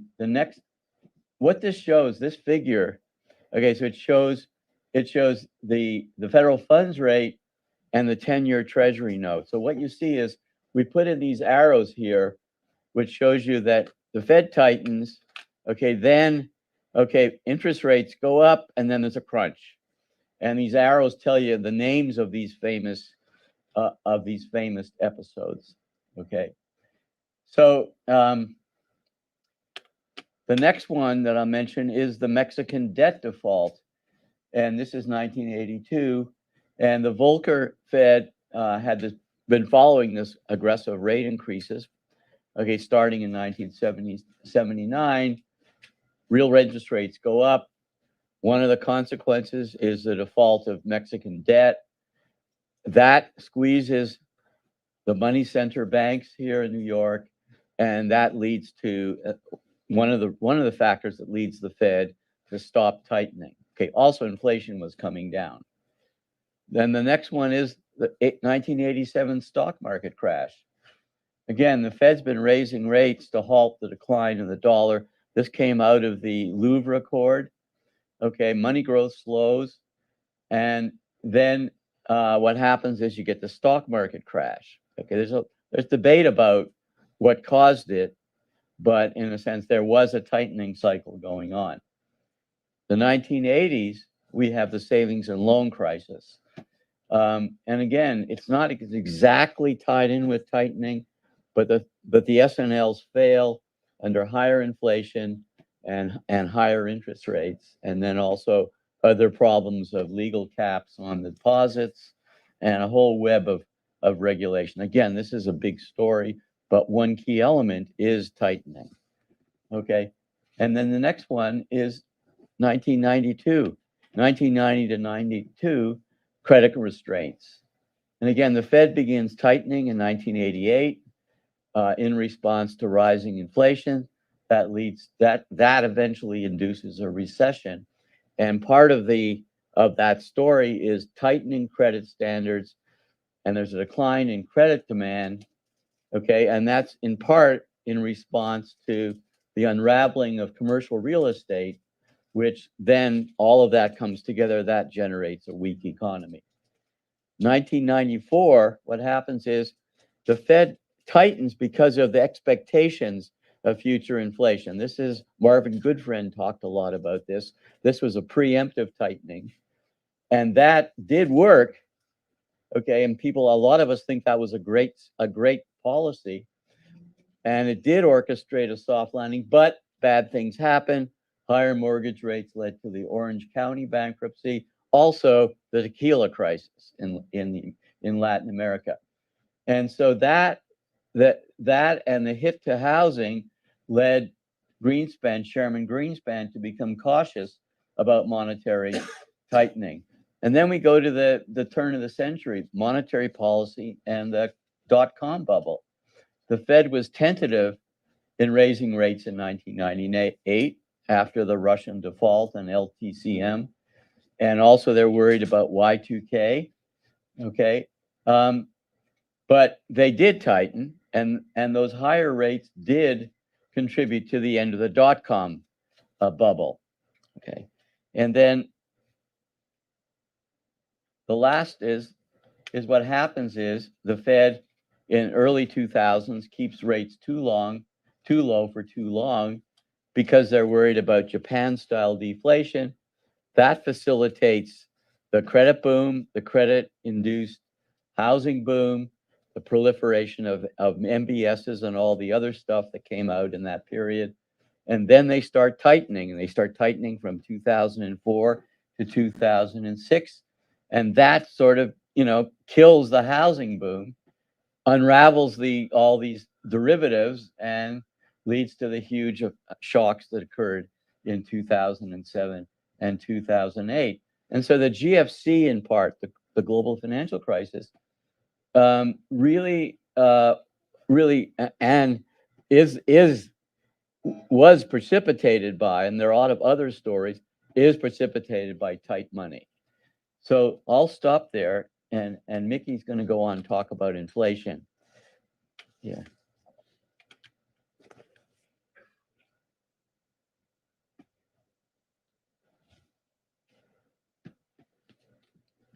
Okay, so what's interesting about this is, okay, so some of and my earlier research was on how the Fed would, you know, remain too easy too long, and then you get inflation pressures, and then the Fed would hike rates, and our research showed there was a pretty high probability of recession, didn't always occur, and what we've done here is basically say, okay, what about financial stresses, and we show that when the Fed stays too easy too long, and you get inflation pressures, and then the Fed hikes, then you get financial stresses. And so, as Mike pointed out, we shouldn't be surprised about what's happening now. It just is part of history. But now, where are we? And so, when we think about issues on the horizon, so we're just on the heels of a collapse of Silicon Valley Bank, other bank stresses. And now we have to think about, don't lose sight of what the Fed has to do now, because they're still trying to achieve their dual mandate. Inflation is far above their long run target and way too high. And so the issues right now are really quite complex. So to put things into context, in response to the SVB failure and related stresses, the Biden administration and the Fed have urged tighter regulations of banks, and that despite the fact that bank credit quality was not the problem. And you can go off on different tangents here, but when we think about how the regulations are going to unfold, we really don't know, but they very well could be extended to non-banks and private lenders. But right now, as we speak, in anticipation of tighter more regulatory burdens, banks are already tightening credit standards, which should reduce the availability of credit and raise borrowing costs. This should harm the economy and likely generate recession. I put in the term mild. One of the reasons why I do is when we compare current conditions to, say, the great financial crisis, when a collapse in MBS, which was an $11 trillion outstanding market, it crippled banks, and housing was severely impaired. Consumer balance sheets were in terrible shape. It's almost like the opposite now, where household balance sheets are in good shape. Housing is adjusting, but it's still firm. And so, in its last meeting, the Federal Reserve, in the minutes from the last meeting, the Federal Reserve emphasized uncertainties. And I think that's appropriate, because nobody knows the extent to which banks and non-banks are going to tighten credit here, and nobody knows the impact it'll have on confidence, business investment, the consumer. So there's a tremendous amount of uncertainty. But what seems clear is it's like we're, the first stage of the response to higher inflation was the Fed hiking rates significantly, and now the issue is how much further will the Fed hike rates. But we know the second phase of the response to trying to reduce inflation is going to involve credit tightening by banks and non-banks in response to anticipated tighter regulations, which it could be, it could be messy, but we just absolutely don't know. Now, this shows on the left chart the effective, the federal funds rate, and then on the right, it shows the core PCE price index. And you see in the lower right of that chart, you see the Fed has hiked rates quite aggressively. And it's amazing to think here we are in April, 13 months ago, the federal funds rate was 0. And so the Fed's moved rates up a lot, but the real Fed funds rate is still slightly negative. Okay, and that's a critically important point. Whereas in every other period when the Fed hiked rates that generated constraints on credit, real rates were quite positive. The right-hand side just simply shows the yields on Treasury 10-year bonds and 2 years, and you see this dramatic increase that that has caused sizable losses for banks and big adjustments. So once again, let's think about the current context and what we face when we consider inflation. It has begun to moderate, but it remains sticky. The core PCE inflation is 4.6%. The core PCE goods inflation has come down to 3.6, but services inflation remains very high. And remember, we've had this in the last year and a half. There's been this transition in demand from goods into services, and so the PCE price index for services is still quite high, and that the concern here is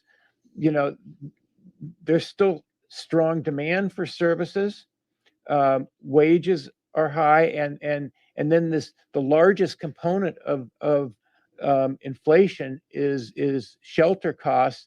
And the shelter costs, the two big components of that are OER, owner-occupied rental equivalent, and direct rental costs, and they definitely lag. They definitely lag home prices, but they're still accelerating. And a critical point we would like to make is nominal GDP to date has continued to grow way too rapidly. Okay, so and so when we think about let's take the services sector, when service providers, whether it's leisure and hospitality, health services, personal and business services, or whatever, when they're facing higher costs of providing services, higher operating costs, and because aggregate demand is strong, their product demand is strong, they have the flexibility to raise prices. And so nominal GDP has been growing too rapidly to be consistent with inflation coming down. Labor markets are still tight, and wages are rising too rapidly to be consistent with 2% inflation. So once again, despite their increase in rates, the real funds rate is still negative, which by historic standards suggests that monetary policy is still accommodative. And then we get into these, behavioral issues. The Fed's made many mistakes in the last couple of years: bad forecasting and policies, misleading forward guidance, questionable bank supervision. This all puts the Fed on the defensive. So it's going to go out of its way here to try to avoid surprising markets, among other things. So the Fed really faces a very difficult task, and it's in a bind, and that it has created, it's in the bind because of its prior policies. Now, this chart shows, wait, hold on a second. This chart shows nominal GDP growth. Look at the right-hand chart first. This just shows the level of nominal GDP, which in response to, very aggressive monetary and fiscal stimulus in response to the pandemic, aggregate demand or nominal GDP has accelerated way above its prior pre-pandemic trend line, way above. And once again, to put things into context, if you look at the pace of nominal GDP following the great financial crisis for 10 years, nominal GDP averaged about 4%. Okay, so ex post, that was consistent with 2.25% real growth and 1.75% inflation. So nominal spending growth, aggregate demand, it remains too strong. The left-hand chart just shows year over year going back to 1970. And what's interesting here is when you look back to the 1970s, you had 4 or 5 years in a row in the second half of the 70s where you had double-digit nominal GDP growth. That was the excess demand relative to productive capacity that was the umbrella under which you had, the wage and price spiral. And so this just highlights how nominal GDP needs to be reduced more. Okay, healthy labor markets. I mean, the unemployment rate is 3.5%. It's below the Fed's estimate of the long run natural rate of unemployment. It's below the CBO's non-cyclical rate of unemployment. If you look at different measures like the ratio of job openings to unemployment is still very, very high. So labor markets, they're easing off a little bit now, but they're still tight by historic standards. Okay, so let's think about the economy and where we are. Okay, the economy's been really quite resilient to date, but it's beginning to soften. Okay, so why has it been resilient to date? Maybe because even though the Fed's hiked rates, its monetary policy by historic standards is still relatively accommodative. But if you look at some of the underlying fundamentals, the gains in employment and wages have driven up disposable incomes, and real disposable incomes year over year are rising, over 3%. Household balance sheets are healthy, not in all income cohorts, but healthy enough so consumers are actually drawing down some of their cushion of savings, and so spending. This is fueling spending. So once again, labor markets are, and I might note. Business investment spending has remained fairly healthy to date. Labor markets remain, solid without excesses in employment. So once again, if we think about if in fact we're going into recession, then we should compare this to prior expansion peaks, and the economy is really in much better shape with fewer imbalances. So because of labor shortages for a couple of years, businesses don't have big hangovers of labor. The labor to output ratios are in good shape. Businesses are reducing inventory. So as a consequence, when you do get a slowdown in aggregate demand, orchestrated either by Fed rate hikes and or credit tightenings, the adjustments to labor inputs and production should be less than in the past.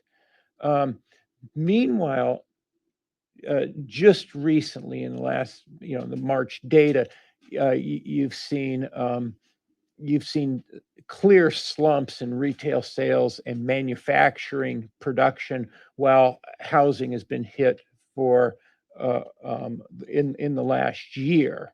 And so, one of the questions is, what's going to happen going forward?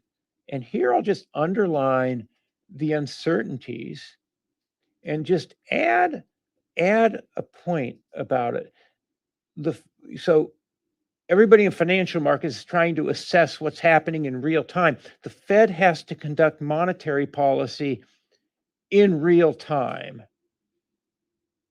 And, the Fed hasn't had a very good track record forecasting the economy or inflation. And once again, it faces a lot of uncertainties now, because really nobody knows the extent to which credit tightening is going to unfold and the consequences of it. I would also note here that you have continued ongoing fiscal stimulus that's boosting nominal GDP and aggregate demand.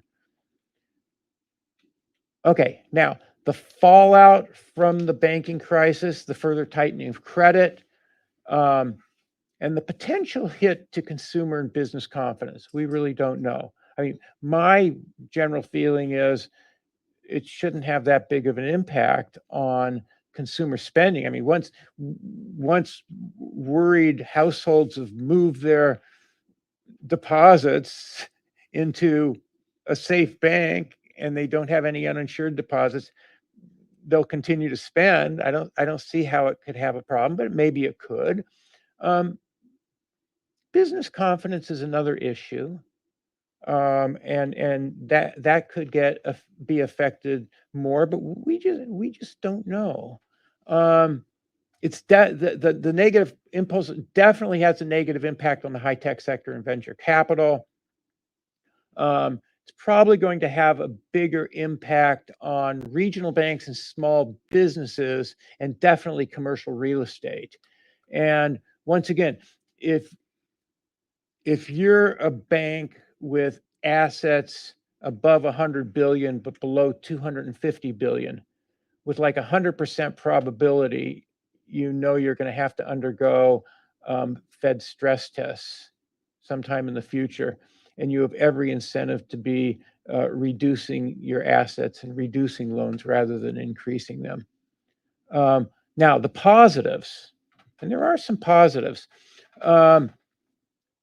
Costs of floating rate debt and borrowing costs are actually declining. So far, the secured overnight financing rate, which has replaced LIBOR, that reflects not the federal funds rate, but the Fed funds futures market. And those rates have already come down. So if you have a floating rate loan, you're like, if you're a small business with a floating rate loan, your cost of borrowing is coming down. And then mortgage rates, which had gone above 7%, have come down a bit. Okay, so those are the positives. But the net seems to be negative for the economy, which is going to reduce the supply and demand for credit, and likely harm business confidence and business and investment spending. Now, this left chart here is the Fed's Senior Loan Officer Opinion Survey, where there are two lines on top of each other. One is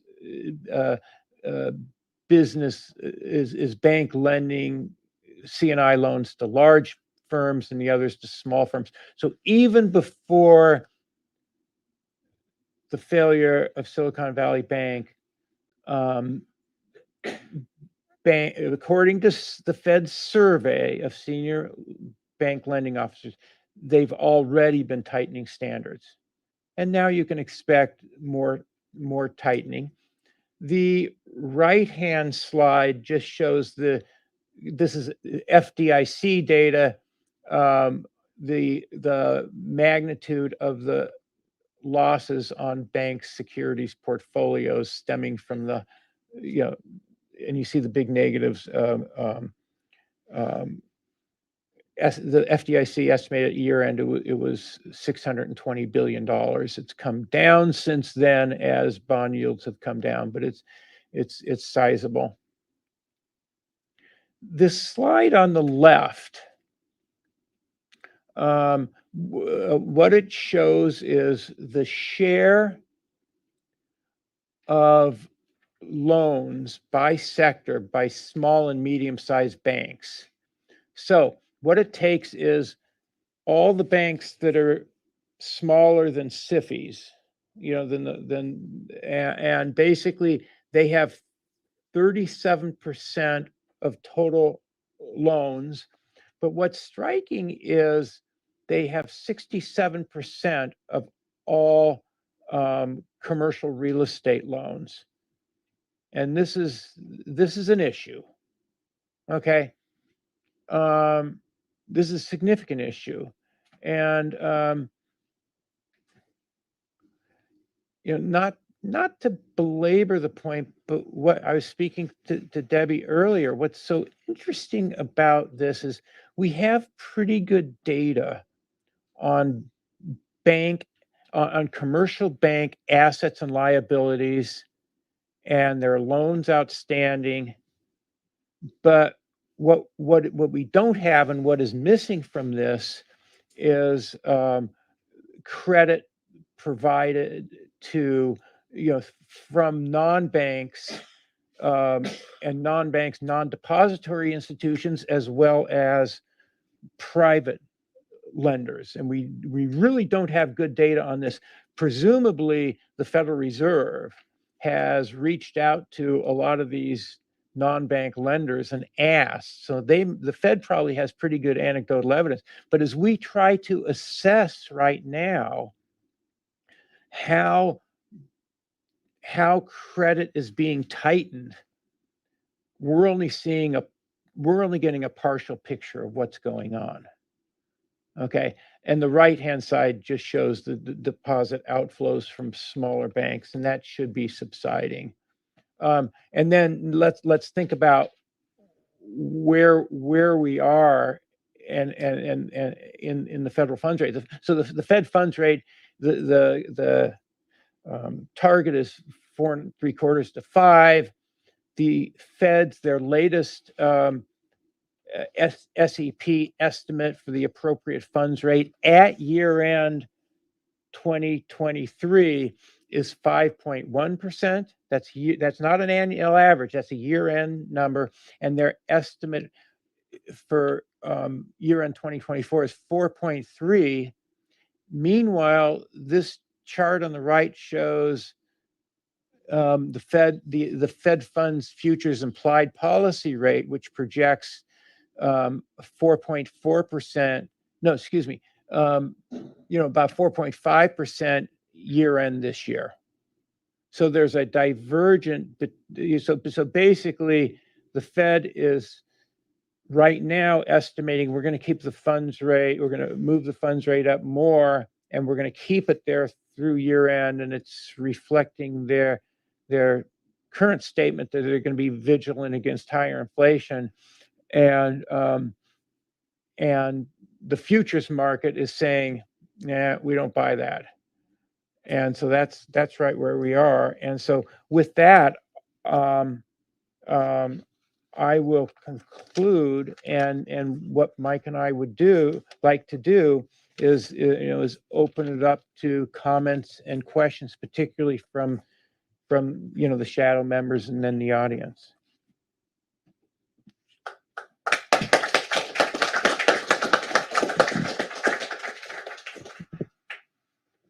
Sure. First of all, thanks to both of you. Oh, good. So first, thanks to both of you. I really think you did a wonderful job of highlighting major issues. My own view is much more negative. Can't hear. Oh, this is showing green. It should be green or red? Green? Here, I'll do that. So again, congratulations on such a great comprehensive review.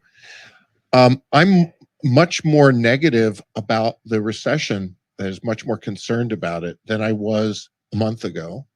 I agree that from a monetary policy perspective, because the rate of the short-term interest rate is still low relative to the existing rate of inflation, I agree that that traditionally would not make you think monetary policy is very tight. But I think the banking system is telling a very different story. And my own view is that's going to be the dominant story.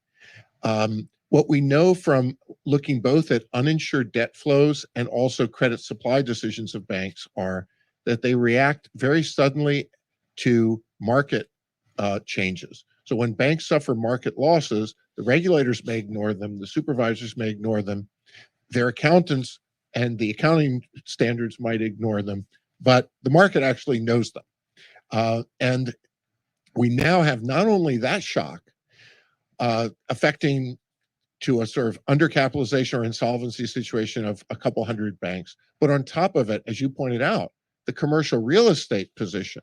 And roughly, last time I checked, small and medium-sized banks, about 3/4 of their loans are real estate, most of which is commercial real estate.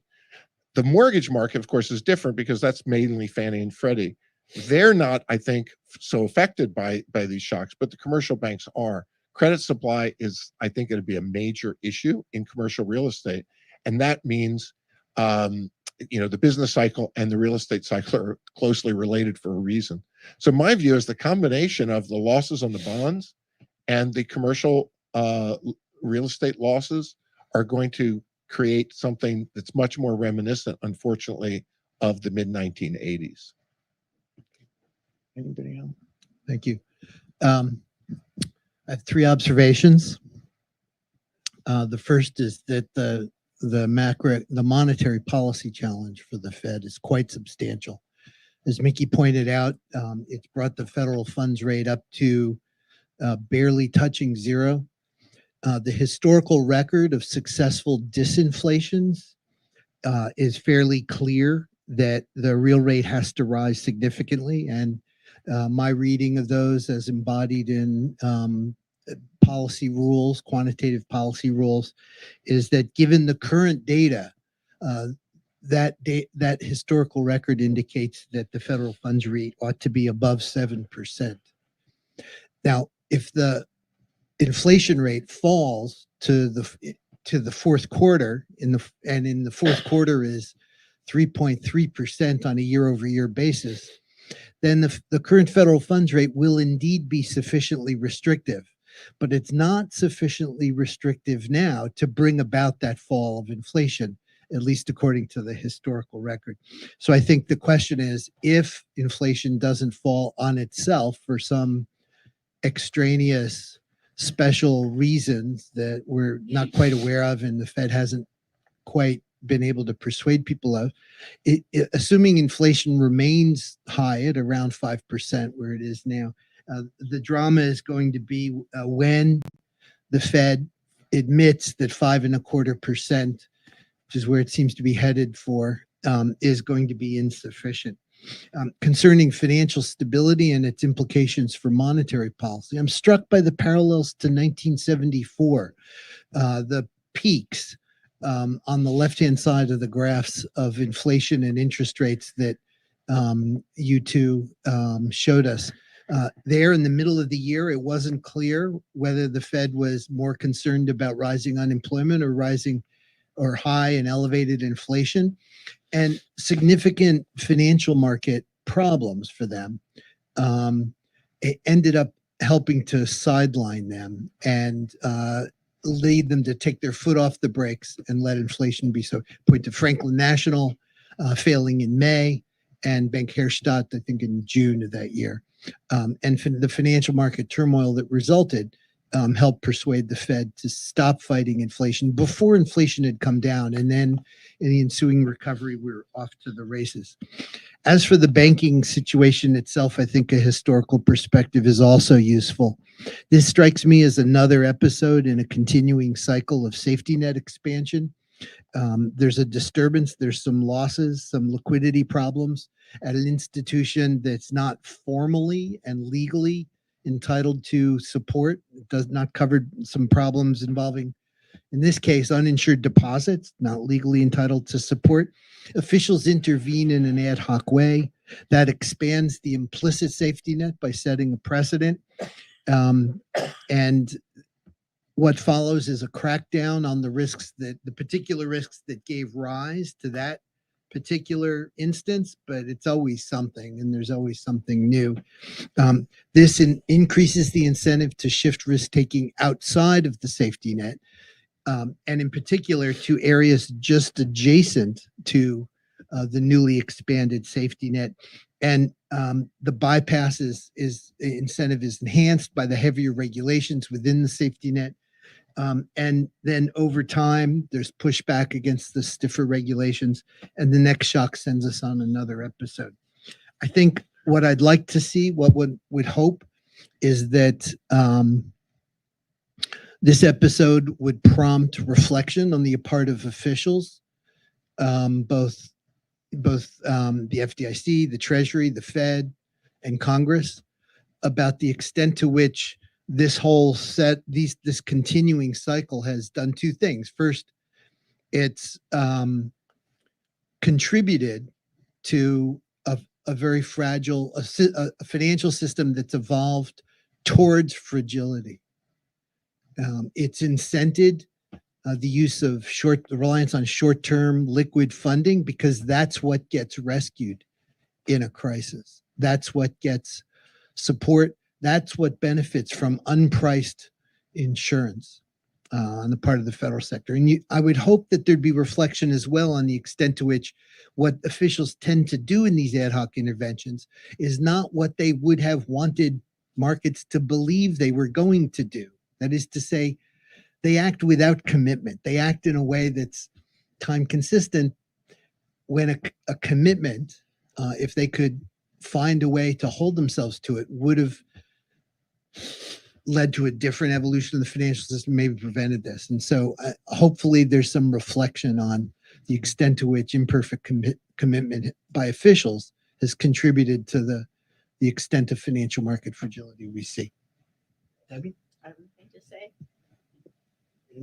Thank you. Oh, thank.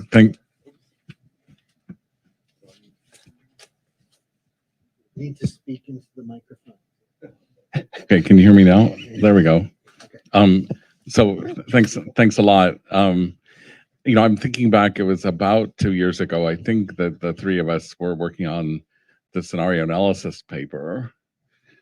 And, the specific point there was that if vaccines were developed quickly and disseminated quickly, it was plausible the economy was going to have a rapid recovery, especially if there was fiscal stimulus, and that there was a risk that inflation could pick up pretty substantially, and that was already in mid-2020.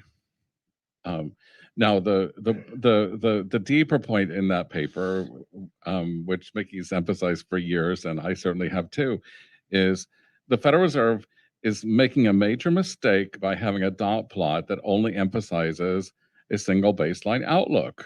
That's just a mistake. Okay. What the Fed should have done and should be doing and should start doing now is to present alternative perspectives. Okay. Like what we did in that paper 2 years ago.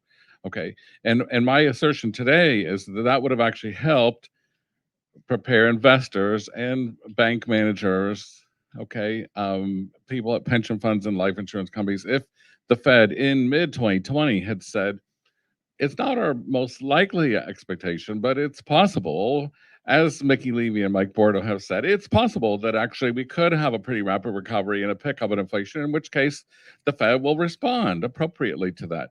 And by 2021, instead of repeatedly emphasizing transitory as a baseline view, the Fed in early 2021 would have been saying, we still think the most likely outcome is that interest rates are going to stay low, but we now see a very substantial, maybe 30%, maybe 40% possibility that this is not going to turn out to be transitory and that we're going to have to move a lot and be prepared.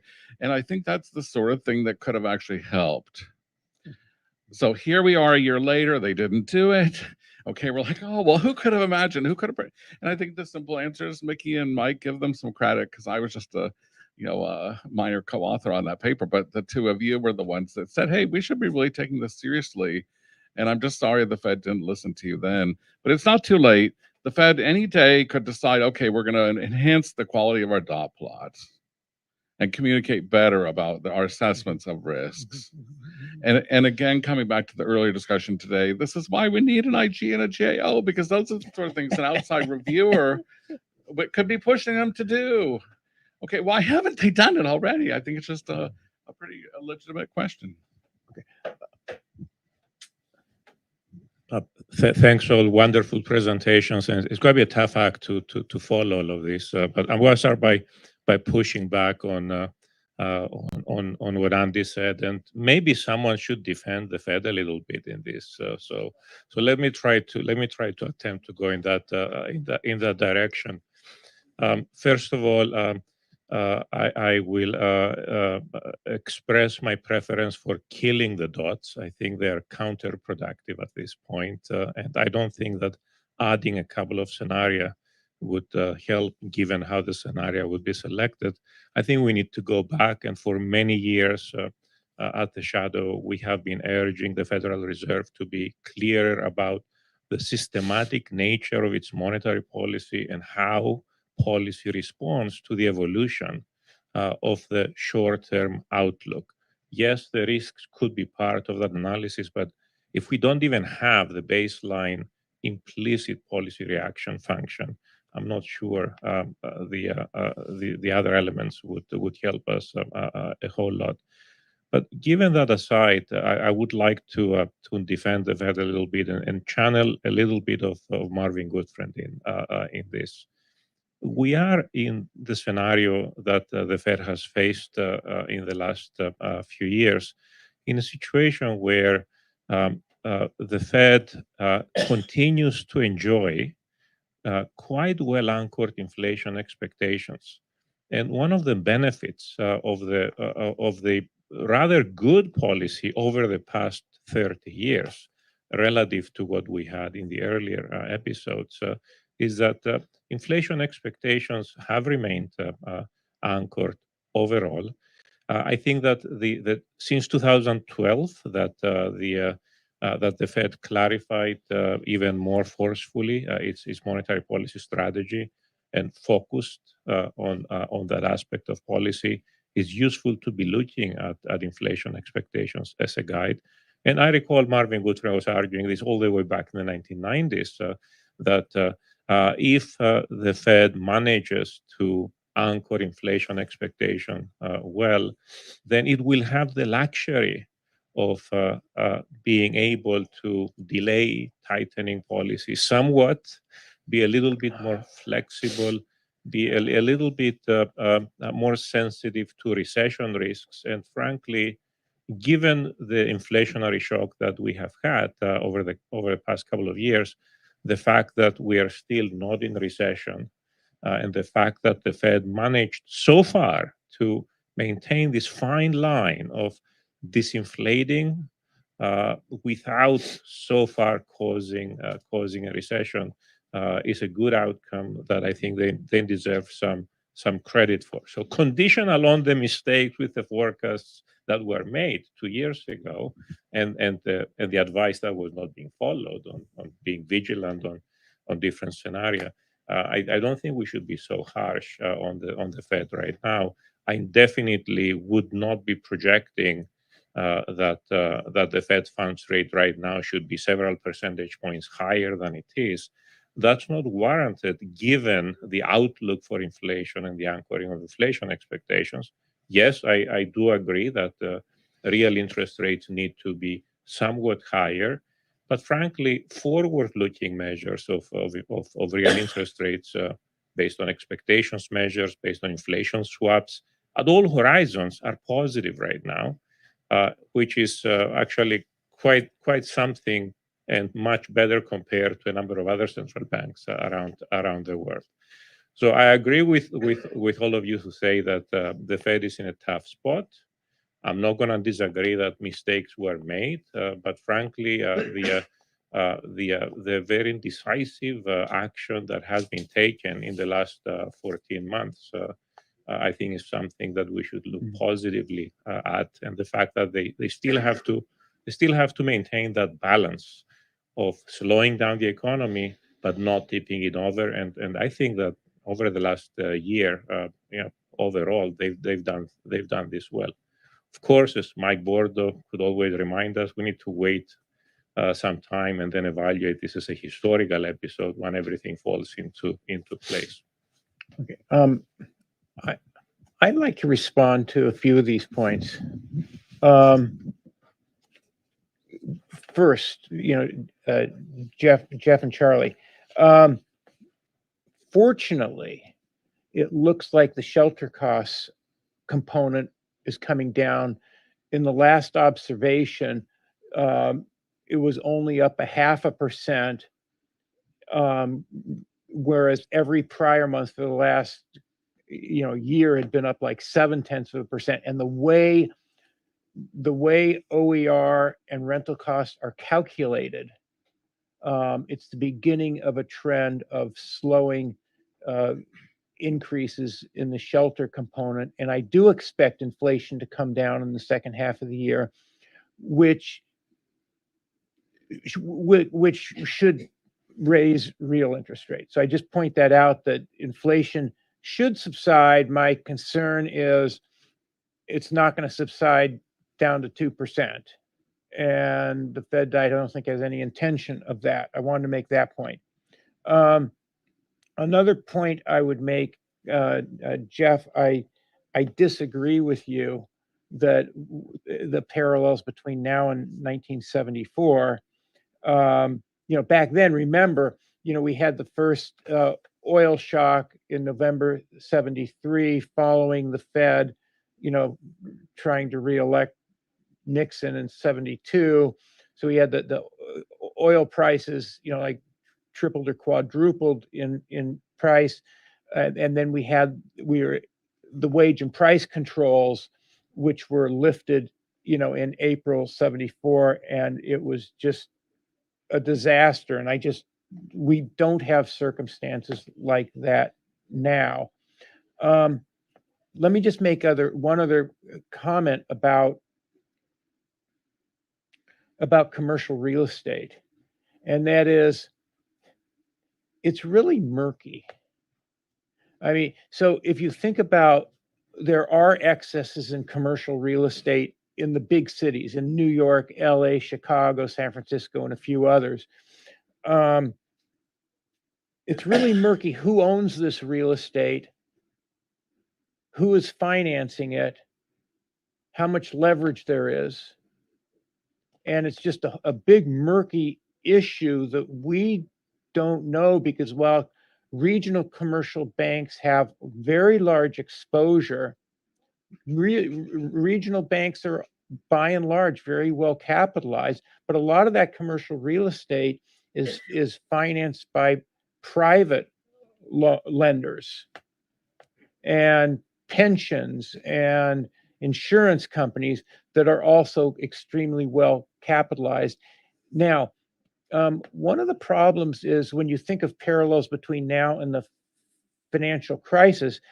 During the financial crisis, I remember in spring of 2009, Ben Bernanke was asked, if you could have any one wish, what would it be? And he responded and said, I wish I knew the value of all these complex MBS derivatives. But once those cleared, they cleared. Commercial real estate, these are long-term leases, and it's going to take years to unwind this, and we really don't know the full impact. And it may very well be that it's a problem if you own the commercial real estate, but it may be very localized to big cities. And there's just as much real estate in suburbs now, and data show this, that where occupancies are high and it's not a problem. So this is just a real murky area that's yet to unfold. One final comment. Athanasios, I buy your point about inflationary expectations now being fairly well anchored. But if you go back to 2021, inflationary expectations, either if you look at the 5-year forward rates or the inflationary expectations in surveys, the Federal Reserve Bank of New York or the consumer confidence surveys, those clearly became unanchored. They were over 3%, and the Fed didn't do anything. So while it for 10 years in everything it said we, it's critically important that we take policy steps to anchor inflationary expectations. When inflationary expectations clearly became unanchored, they didn't do anything. And they said we could anchor it through forward guidance. And then inflationary expectations came down a bit. They all went up in 2022 and only started to come down after they hiked rates. So I guess the point I'm making is inflationary expectations are really important and at critical time, and they are seemingly well anchored now, except for a few surveys. But the Fed didn't take steps to anchor them when they became unanchored. Yeah, so thanks, guys. This was really great comments. Andy, of course, scenario analysis would help. And yes, Charlie, I think things are probably worse than we said. I kind of agree with that. But I really want to get on to Jeff's stuff because Jeff really raised some really important stuff. Okay, first thing on the history, yeah, we didn't include 74 in a sense because we didn't want to get into the great inflation story. But like I did a paper with Halbrick 10 years ago, we looked at all the credit crunches, and that was a part of what happened. But again, there's other stuff going on. Okay, but I think the two things that Jeff brought up that are really crucial, A, is the cat and mouse game that goes on. Okay, we set up it used to be called the Fed would draw a line. They said, we're going to protect the payment system. Okay, and that's it. Everything else isn't our province. Of course, what happened starting in 74 with the bank failures that he talked about is they expanded it, and they've expanded it. And every time the question is who's inside and who's outside. And almost every time it's they actually do bail out the guys that are just outside. So this is a huge problem. His second point is the time consistency issue. So yeah, so we can talk about credibility for low inflation and commitments and all that stuff, okay, that we do, but then there's financial stability.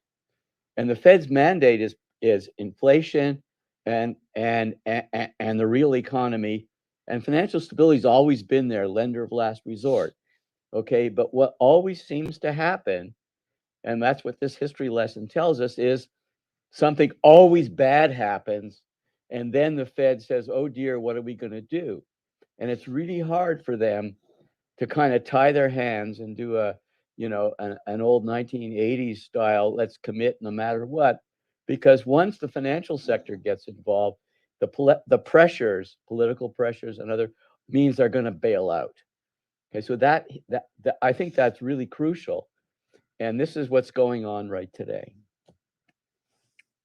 Questions from the comments or questions from the audience? Yes.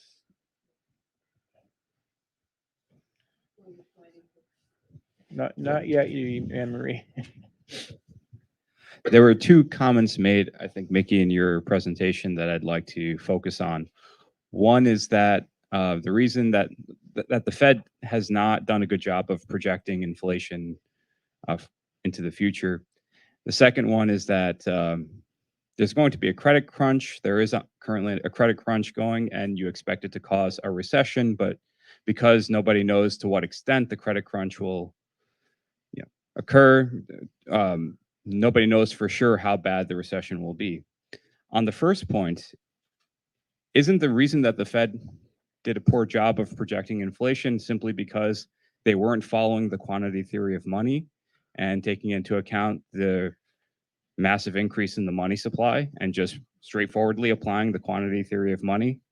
And on the second point, aren't you underestimating the extent of recession in the near future, because you left out, I think, the fact that the money supply M2 has decreased by 3% over the last year. So it's gone negative for the first time since the 1930s, and the quantity theory of money, straightforwardly applied, would entail that there's going to be a recession 6 to 18 months from now.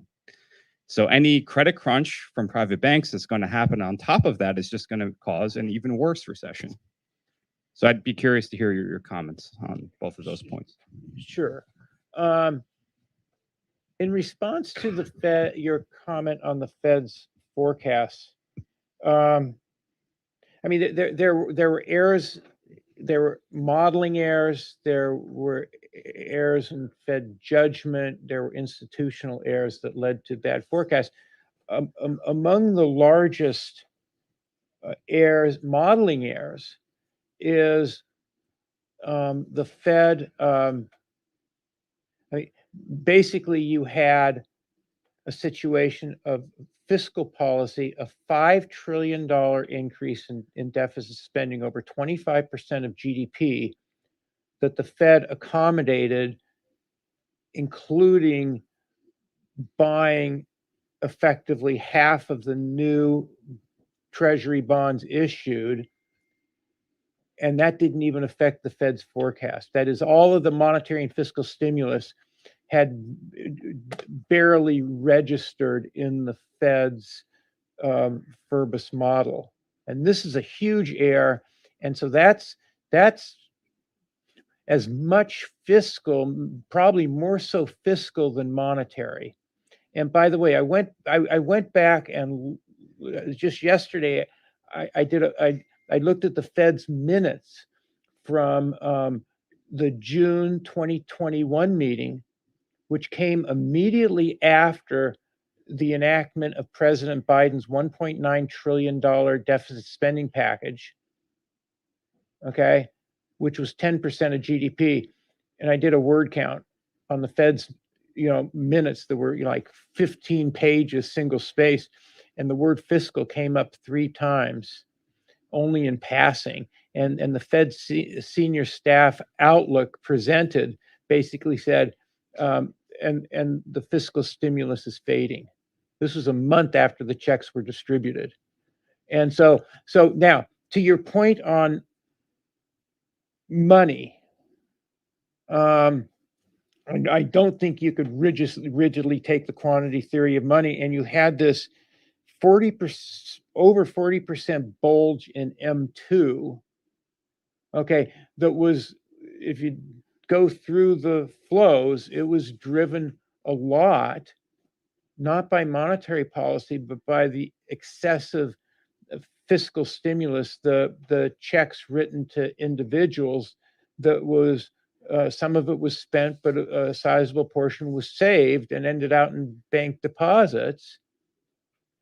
And so that was a fiscal issue. The monetary base exploded the upside when the Fed did its QE.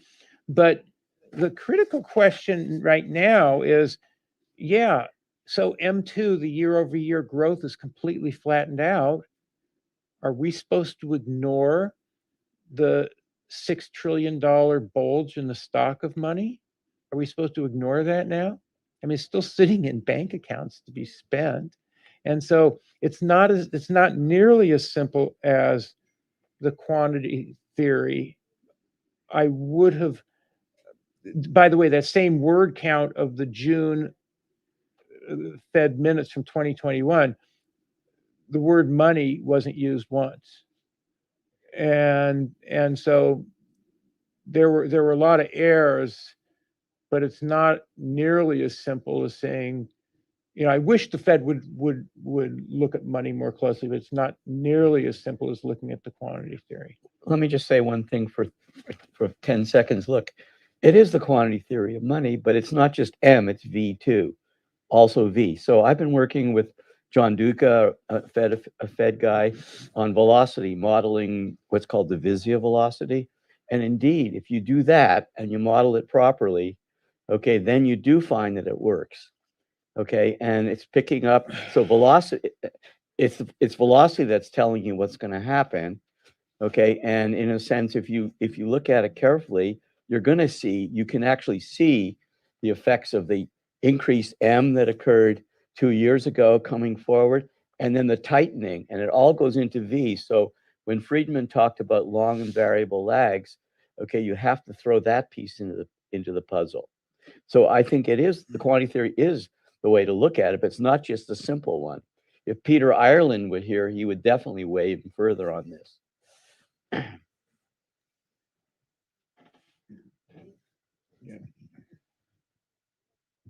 Doug?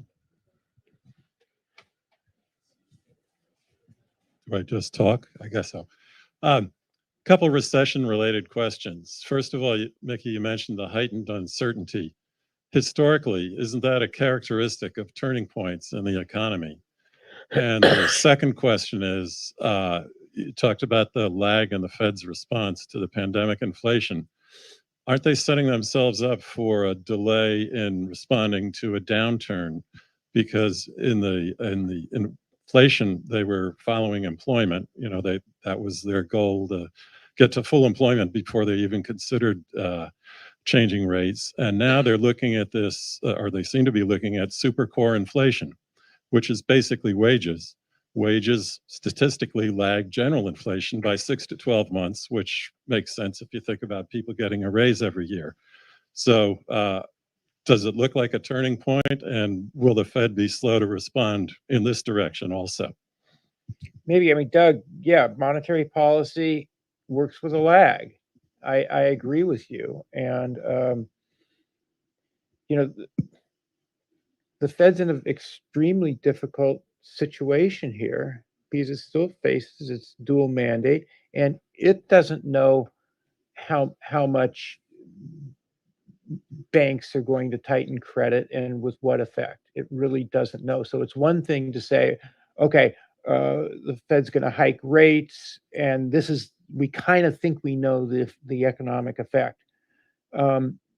When we're in a environment where we know banks are tightening credit and non-banks may be tightening credit standards and raising the cost of credit, some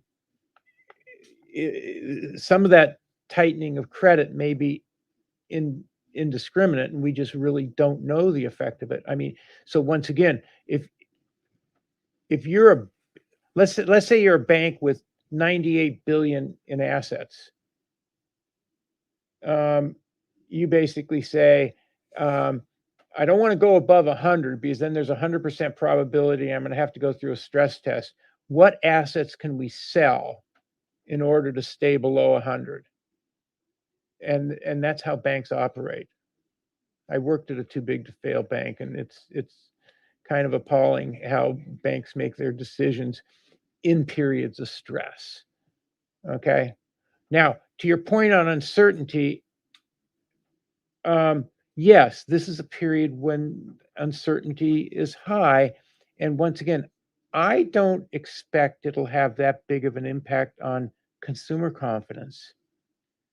I do see, you know, a probability of it affecting business confidence, which should affect investment spending decisions, and that's very typical of a recession.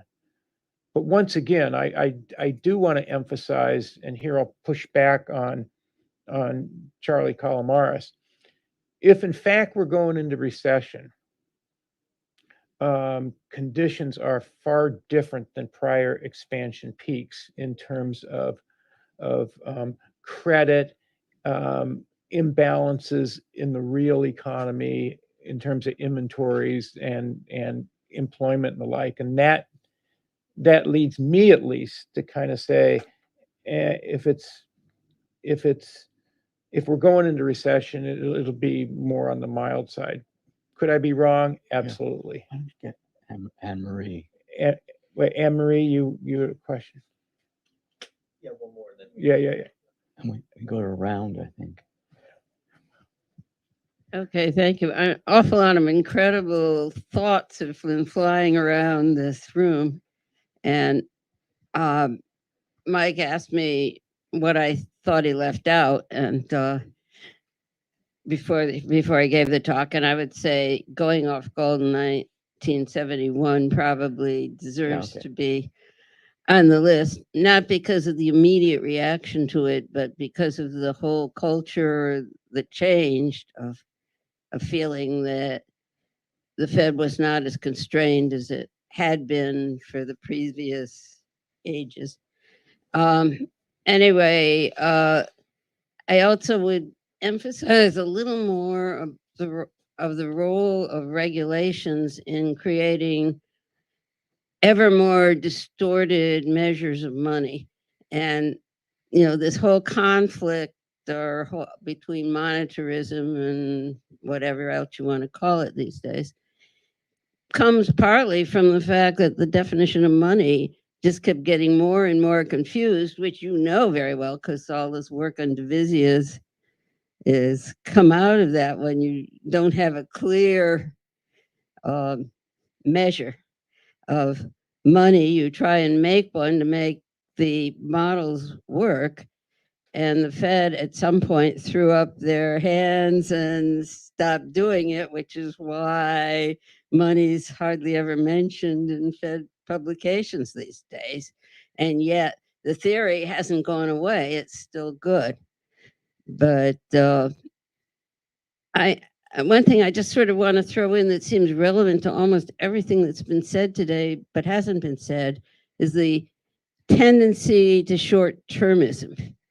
It helps create and emphasize and ever grow moral hazard, which is what the way SALV and Signature Bank were handled. And that is the short-termism is also why universities aren't teaching the advisors, the future advisors to governments and Fed and so forth, about old theories that they talk themselves into believing don't work anymore. And Mike can tell you that universities, for the most part, consider teaching economic theory to graduate students or teaching economic history to graduate students are both a waste of time. History of thought. But anyway, how do we make it different this time if that's so embroiled in short-termism is so embroiled in our society's way of thinking?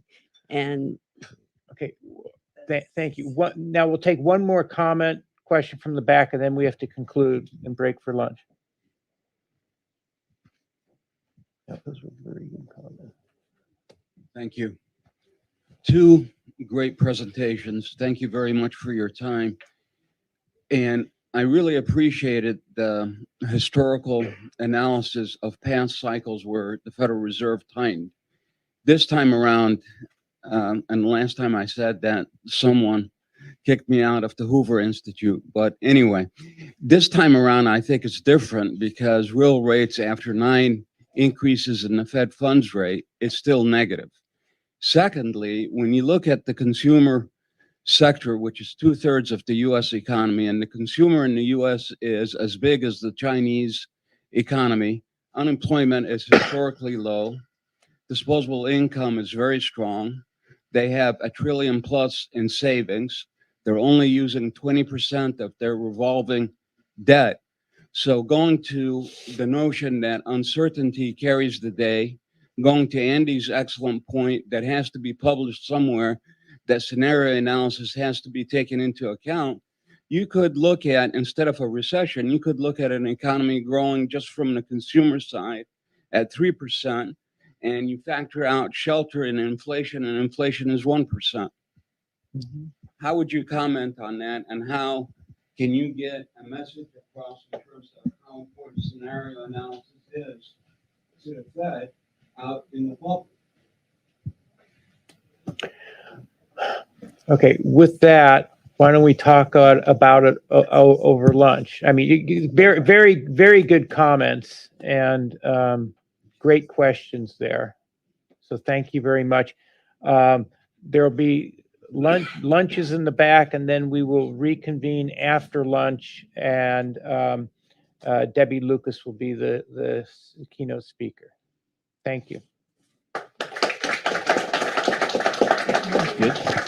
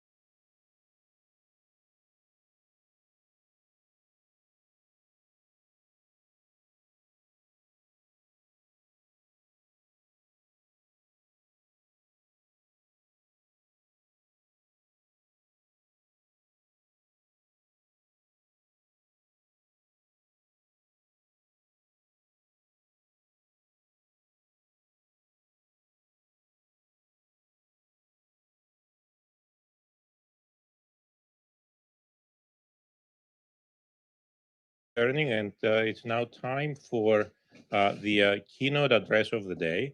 And I'm honored to introduce my colleague at MIT Sloan, Debbie Lucas.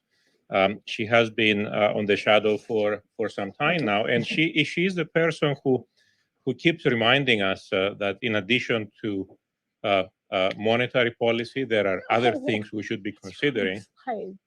And- Sorry, and that's not broadcasting off of my computer. That's not my slides. I don't think this is the correct presentation. But what I wanted to point out is that Debbie's going to talk to us about the ascendancy of credit policy and the need for new policy narratives. And you can see this is a continuation of what we have been discussing in the previous session.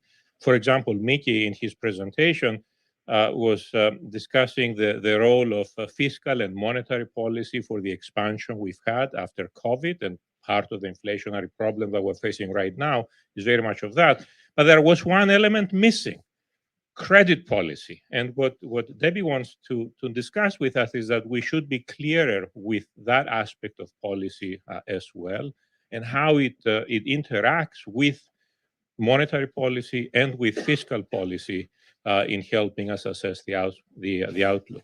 In the session this morning as well, some of the elements that were being discussed and some of the discussion we had related to credit policy, not monetary policy, not fiscal policy, and this is going to be the topic of the discussion. Debbie. Great. Thank you very much to my fellow SOMC members for giving me this nice lunchtime spot. Only nerds would want to hear what I have to say over lunch, but I hope that includes all of you in the audience. I was also reflecting on my own. Unfortunately, I never got to know Ben McCallum very well, but I have a vivid memory of him because when I was first on the job market, I was doing the transmission mechanism of monetary policy as my thesis, and I went to Carnegie and he really took my head off. So I will say he was a ferocious guy, very passionate in his beliefs about what was right and wrong about monetary policy. So I'll also credit him with my going to a finance department and having a very happy career in finance. And only now that I am a tenured full professor do I feel comfortable returning to monetary policy, where I have a safe spot in which to address it. So with all of that, so I would say that policy in many respects has changed over time, particularly since the global financial crisis back in 2008. Policy has changed, but our narratives have not changed. When I think about our conversations even today, a lot of it I think I could have heard as an undergraduate at Chicago back in the 70s. So I think, it's worth kind of revisiting what has changed in the government's policy toolkits and their actions, and has something changed in the link between policy and macroeconomic outcomes. My own research has focused a lot on credit policy, and that, as Athanasio said, that's going to really be my focus a lot today. But then I want to think about those credit policies. In fact, I'm going to turn to international credit policies and think about their impact during COVID on what has happened since, including on the outlook for inflation. So I have very little time, so I better start out by just summarizing my conclusions. And the first one I think is uncontroversial in this audience is that certainly the powers and responsibilities of central banks have expanded vastly in the way that the earlier presentations today definitely touched on, and that's further blurred the line between monetary and fiscal policy.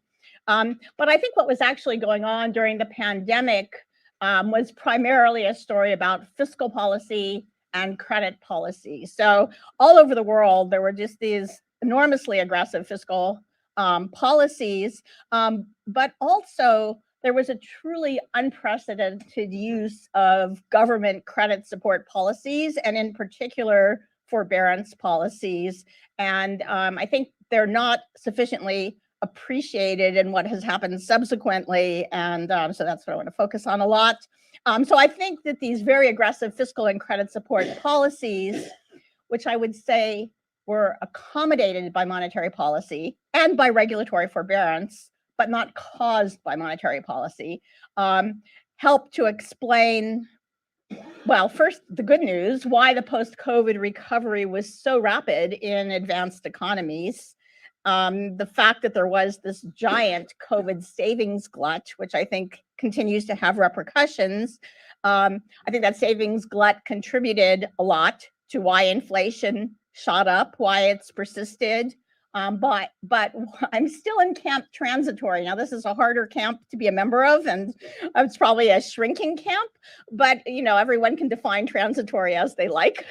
But transitory was longer than yesterday, but maybe not so long as multiple years in the future. Okay. So I'm also want to comment on why I think credit markets may be less healthy than they superficially appear to be, and why we're starting to see some cracks now that date back to what happened during the pandemic.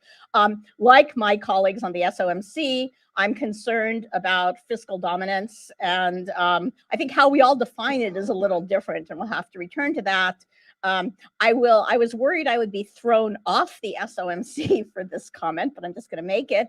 I'm really worried about overly aggressive monetary tightening, and for reasons I'm going to kind of talk about later. And I realize it is the Fed's job to push against inflation, but it's not their job to do it if it's not effective. So there's a question about how effective it can be.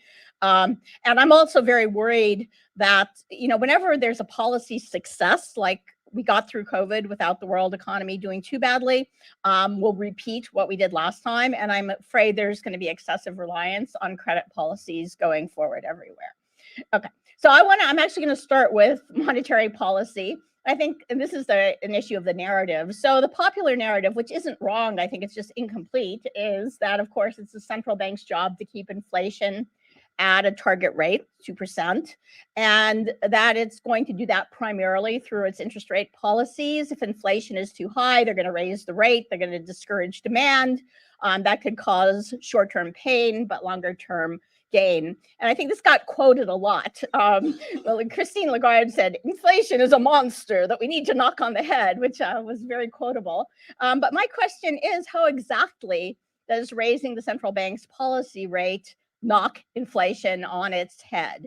And I was actually very happy to hear Anna's question earlier about the history of monetary thought, because when I think about monetary policy, in fact, this is probably also why I went into finance, I never quite got past MV equals PY. So I just want to go back to that. I mean, so there's, to me, the very most robust idea in monetary economics is that if you throw more money on people, they will spend it. And in the process of spending it, it will increase demand and that will push up prices.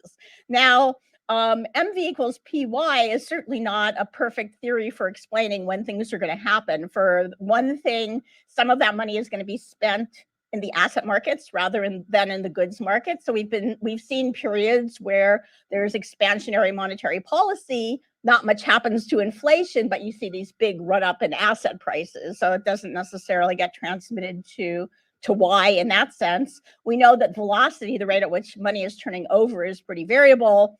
And so, things are indistinct. Monetary policy has long and variable lags. Okay, but nevertheless, this is kind of a touchstone of an easy way to understand. If you give people a lot of money, if they try to spend it, it'll tend to raise prices and create inflation. I also just want to note, while I'm here, with helicopter money, which gets a lot of derision, this cartoon is from a time when Bernanke said he contemplated helicopter money during the financial crisis, and he got a lot of pushback, and people drew funny pictures of him saying how ridiculous.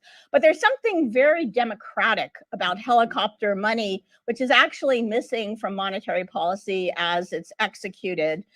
Because if you could literally give everyone money from the sky that was proportional to the wealth they already had or their income, you can talk about it, it would be very equal and that everyone would have an equal chance. And so by contrast, the way we think about monetary policy is through interest rate policy, and it's definitely a less direct mechanism. So the central bank raises rates, people want to borrow less. They have less money because they borrowed less, they demand less for goods and services, and that's going to put down they raise rates, puts downward pressure on prices. Okay, so I've always had a much harder time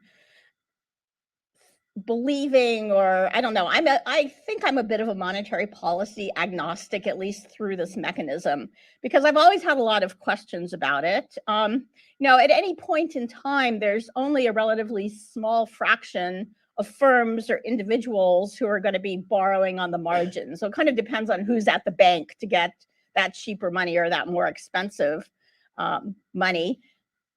But furthermore, no matter how low rates are, you've still left people with the obligation that they have to pay something back. And the consequences of not paying back a loan are quite draconian. So it's not so clear how responsive firms or households are really going to be to changes in rates. And then there's a question about, if you're changing rates at the short end of the yield curve, how relevant does that turn out to be to people who are borrowing further out on the yield curve primarily? And I know there's lots of, all my colleagues on the SOMC will educate me on why all those things were incorrect to say. But just saying that it's really hard to understand this mechanism. With a helicopter drop, by the way, you give people money and there's no obligation. So you could see that should have a direct impact. But this creation of an obligation makes things a little sticky. Anyway, if you're going to go through this interest rate mechanism, clearly credit policy is important. It's critical to the monetary transmission mechanism. And hundreds of economists have said this before me. So I'm claiming no originality to the idea. Maybe my originality is just in how much I'm emphasizing it and some other things too, but okay. So where does credit policy fit in? They can either block or amplify the effects of monetary policy. And I just want to very quickly give you 3 examples, some blocking, some amplifying the effects of policy. But if we go back to the Great Recession and we think about the Fed was loosening, they wanted to fight against the recession. But one thing that made it very hard for them to do that is the biggest traditional channel by which Fed policy gets to households in the US is through the refinancing of mortgages. But because house prices had plummeted, a lot of people are out of work. In order to refinance your mortgage, in order to refinance your mortgage, you have to qualify. And so it was a policy blockage, if you will, because most of the mortgages were held by Fannie, Freddie, or the FHA. So the government actually had it in their power to unblock that channel. They could have said, anyone who has a current mortgage who would like to refinance in the agencies could take advantage of it, but they didn't. And so that's just an example of blockage through the credit markets. During COVID-19, as I'm going to tell you a lot about, I think there was a huge amplification of both fiscal and monetary policy through credit policy. And then, as was brought up earlier today, I was glad this came up. People are now talking about SVB's failure as causing increased conservatism in credit markets, and that being equivalent in itself to a Fed rate hike. So, and that's an example, by the way, to some extent of a mix between government policy and private policy, because it's the private banks that are deciding to tighten, but in any case, it's a credit policy channel. So just to tell you a little bit more about why I've always been pretty skeptical that Fed rate cuts are that powerful in terms of moving the real economy. This is a graph that goes from the mid-'80s to the present, which is looking at the federal funds rate and then the BAA spread. So the blue line is the Fed funds rate. So not surprisingly, the red line is the Fed funds rate. The blue line is the spread. So you can see the Fed funds rate goes down during recessions because that's the Fed trying to encourage demand, trying to fight the recession. But the BAA spread does exactly the opposite. So if you think about the credit conditions facing firms, they're much more likely to be affected by the BAA rate than by the Fed funds rate directly. So you can't really, if you add those two things together, you don't really think of there being much net stimulus. I mean, it would have been worse if the Fed hadn't done anything, but you still can't see it as really changing conditions in a direction that's particularly helpful. But I'll say that, and this is where I'm going to, during COVID, there was a lot of credit guarantees. And what credit guarantees do is they effectively get rid of that BAA spread, or even a bigger spread, because the government's credit quality gets put in place of the private firm's credit quality. So credit policies are very powerful in passing through lower rates without having to worry about the effect of the credit spread. This is actually a graph I think Mickey also showed. This is this issue about what happens to the tightness of bank lending standards. And we also know that the tightness of bank lending standards is very heavily countercyclical. When the economy goes down, lending standards go way up. That was certainly true in 2008, which is the fat gray recession there. It happened also in 2020. This is rather important for credit policy. So what I want to say is I believe that what credit policies do more than lower borrowing rates is they increase access to credit markets during bad times. So what economists sometimes say is there's an intensive margin and an extensive margin of credit, but certainly if the government guarantees credit or makes a loan directly, it gets the credit to people who otherwise couldn't get it. And I think that's a very powerful tool of credit policy during recessions. Okay, so what is a credit policy? Well, basically a credit policy, I'm calling it anything that affects the availability of credit to households, firms, etc. I'm mostly focusing here on loan guarantees, direct lending, loan moratoria, and regulations.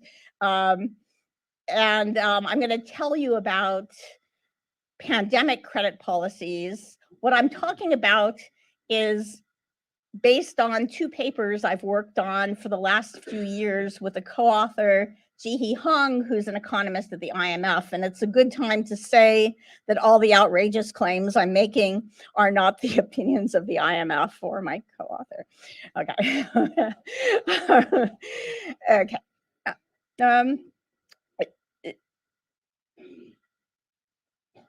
I've been complaining for quite some time now that economists have divided policy into two camps: fiscal policy, monetary policy, and credit policy is like the poor stepchild that no one ever pays any attention to. And I think part of the reason it's so difficult for people to treat it holistically is because it has a number of different aspects. So it certainly has a fiscal aspect in the sense that when the government supports credit, it has a subsidy, and that subsidy is certainly a fiscal element.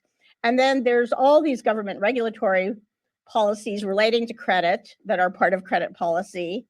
And then there's this monetary aspect, which I already alluded to, which is the fact that when the central bank raises or lowers rates, it's intermediated by what's happening in the credit markets. And so you have to keep that into account, take that into account too.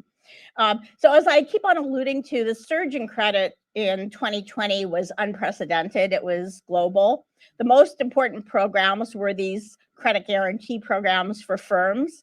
But something else that was very important was forbearance. I'll talk a little bit more about the details later, and a relaxation of regulatory requirements, which accommodated the credit programs and accommodated the forbearance programs. Since you're interested in monetary economics, as am I, you might also be thinking, why aren't I talking about the reopening of the central bank liquidity facilities or some of the open market purchases?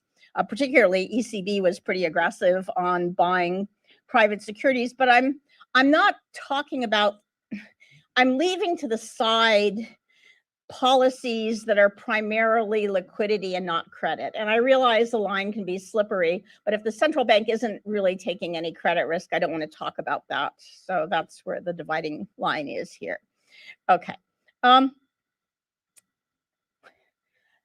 When you're talking about credit policies, something that people have not been particularly careful about is the different questions you might ask.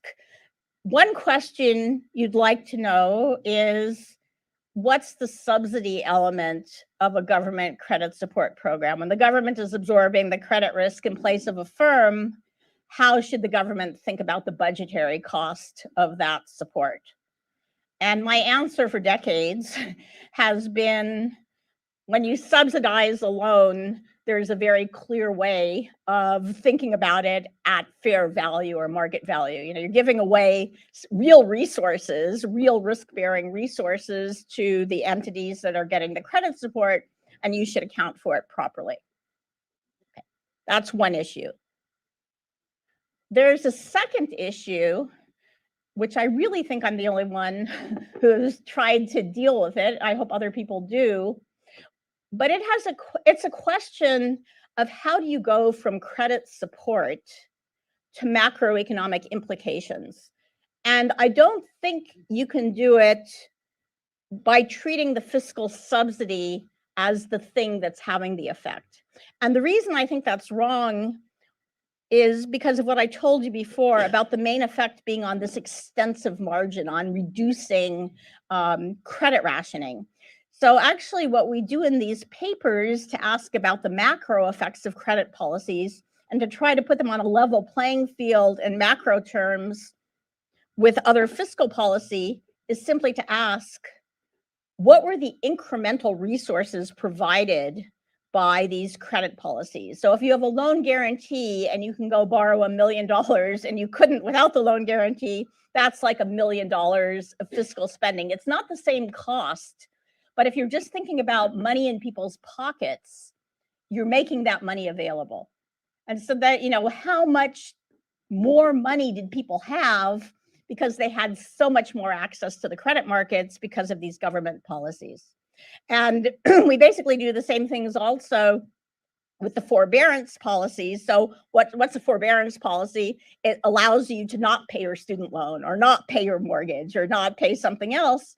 And that not paying is putting that amount of money in your pocket that you wouldn't have had you have to pay it back. So just like when the government sends checks to us in the mail, if they say you don't have to make a payment on this loan, we're putting more money into people's pockets. So the level playing field idea is kind of a take-up idea, and I'll show you the results of that. The final thing at the bottom of the slide is just, how should governments account for credit support? My pessimistic answer is they should account for it somehow, because they mostly don't. I mean, in many countries, credit support is off balance sheet, particularly if it's a loan guarantee. It doesn't show up until many years later if there's a default. So governments should account for it more carefully than they do.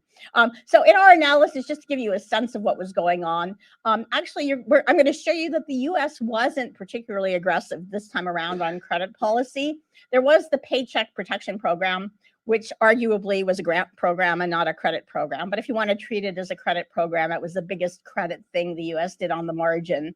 Other countries instituted massive loan guarantee programs. So we looked at 7 advanced economies and 19 programs, which according to the IMF accounted for 90-something% of all the credit support that was offered by governments for COVID. In terms of the authorized envelope, it was on order of $5 trillion, but a lot of those programs weren't that heavily subscribed. So the first step of this was to say that when people superficially look at credit support, sometimes they just ask, well, how much was authorized? But the authorized envelope is very uninformative. The graph here is by country. There's Germany, Japan, Italy, UK, France, Spain, and the US. The height of the bar is the authorized amount of credit as a percent of GDP. So it ranges from as high as about 23% for Germany to, for the US, it was actually less than 10%. But the red is the take-up. So it turns out that countries like Germany talked a good game on credit, but the way they structured the programs, because of other programs, there really wasn't very much take-up. So you actually have to dig deeper to get to the take-up, and that data is not readily available. So that was one piece of it. Just in terms of the fiscal cost of all of these things. So this total amount borrowed here in the world came to something under $2 trillion. And we estimated that the fair value subsidies of all of this was about 330 billion. So maybe what's 330 billion between friends? Or it's 1.1 trillion if you throw in the PPP. So this is, again, I just want to emphasize that the fiscal subsidies are significant. That was a joke about 330 billion not mattering, but they're not huge compared to the amount of credit that was provided. And so if you want to think about the macroeconomic implications, you probably need to look somewhere else. Oh, I wanted to say one more thing about these credit programs. So typically, Europe was really the place where this happened the most. The government, these were mostly programs for businesses. A lot of them were SMEs. The government guaranteed 80 to 100%. For the very smallest businesses, they tended to guarantee 100%. The maturities were between 3 and 7 years. And what we're seeing now in Europe, which is really interesting, is we saw very low bankruptcy rates all through COVID and really through most of 2022. But now we're starting to see a big upturn in bankruptcy rates. And I think part of that is that some of these loans had payment holidays themselves for quite a few years. And now as those loans are coming due and they have to go back to the market without a government guarantee, you're starting to see a lot of bankruptcies. This is one of the weaknesses that you see in the credit markets. On the forbearance policies, they turned out to represent much less in terms of take-up, but I have to be careful. They were very large. They also happened in less developed countries, which was not true of the loan guarantee programs. So for instance, in Italy, there was a giant moratorium. All bank loans to SMEs had a moratorium. They didn't have to make any payments.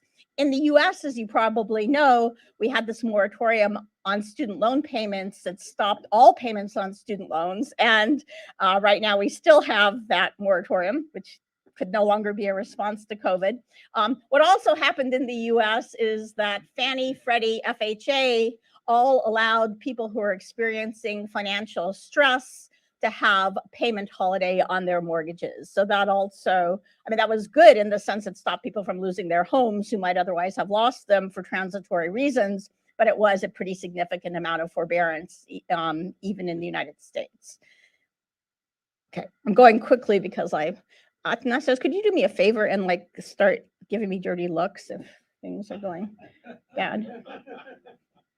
It's 107 now, so Like 10 minutes or yeah. Okay. So what I've told you so far is there were a giant amount of loan guarantees that put on order of $2 trillion in people's pockets. There was a lot of forbearance, which in some countries was significant. I'll show you the totals in a second. I want to tell you about one more thing that I think will be particularly interesting to this audience, which is that in order to get banks to participate in these guaranteed loan programs or in the forbearance programs, and in fact, even to get individuals to want to participate in them, there was a lot of relaxation of regulations. So when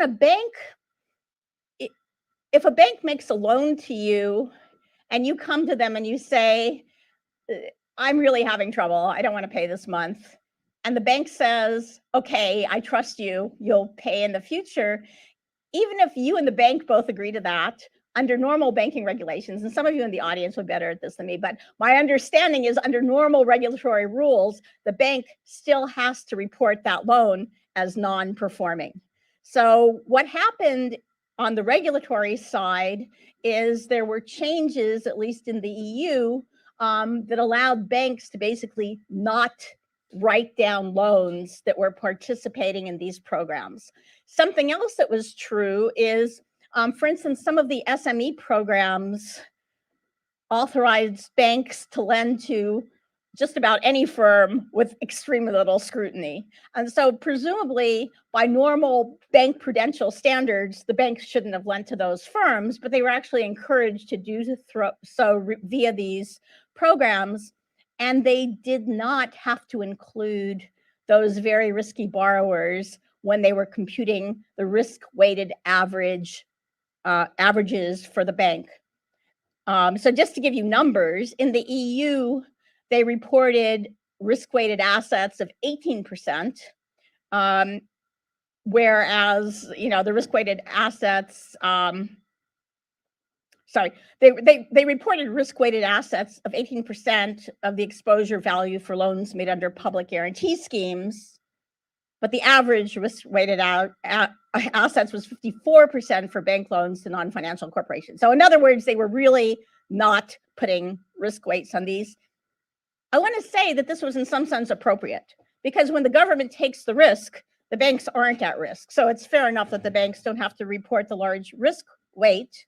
But when we look at things like the bank capital and we say it's extremely adequate for how much risk they're taking, we're probably overstating the health of the economy and possibly the banks too.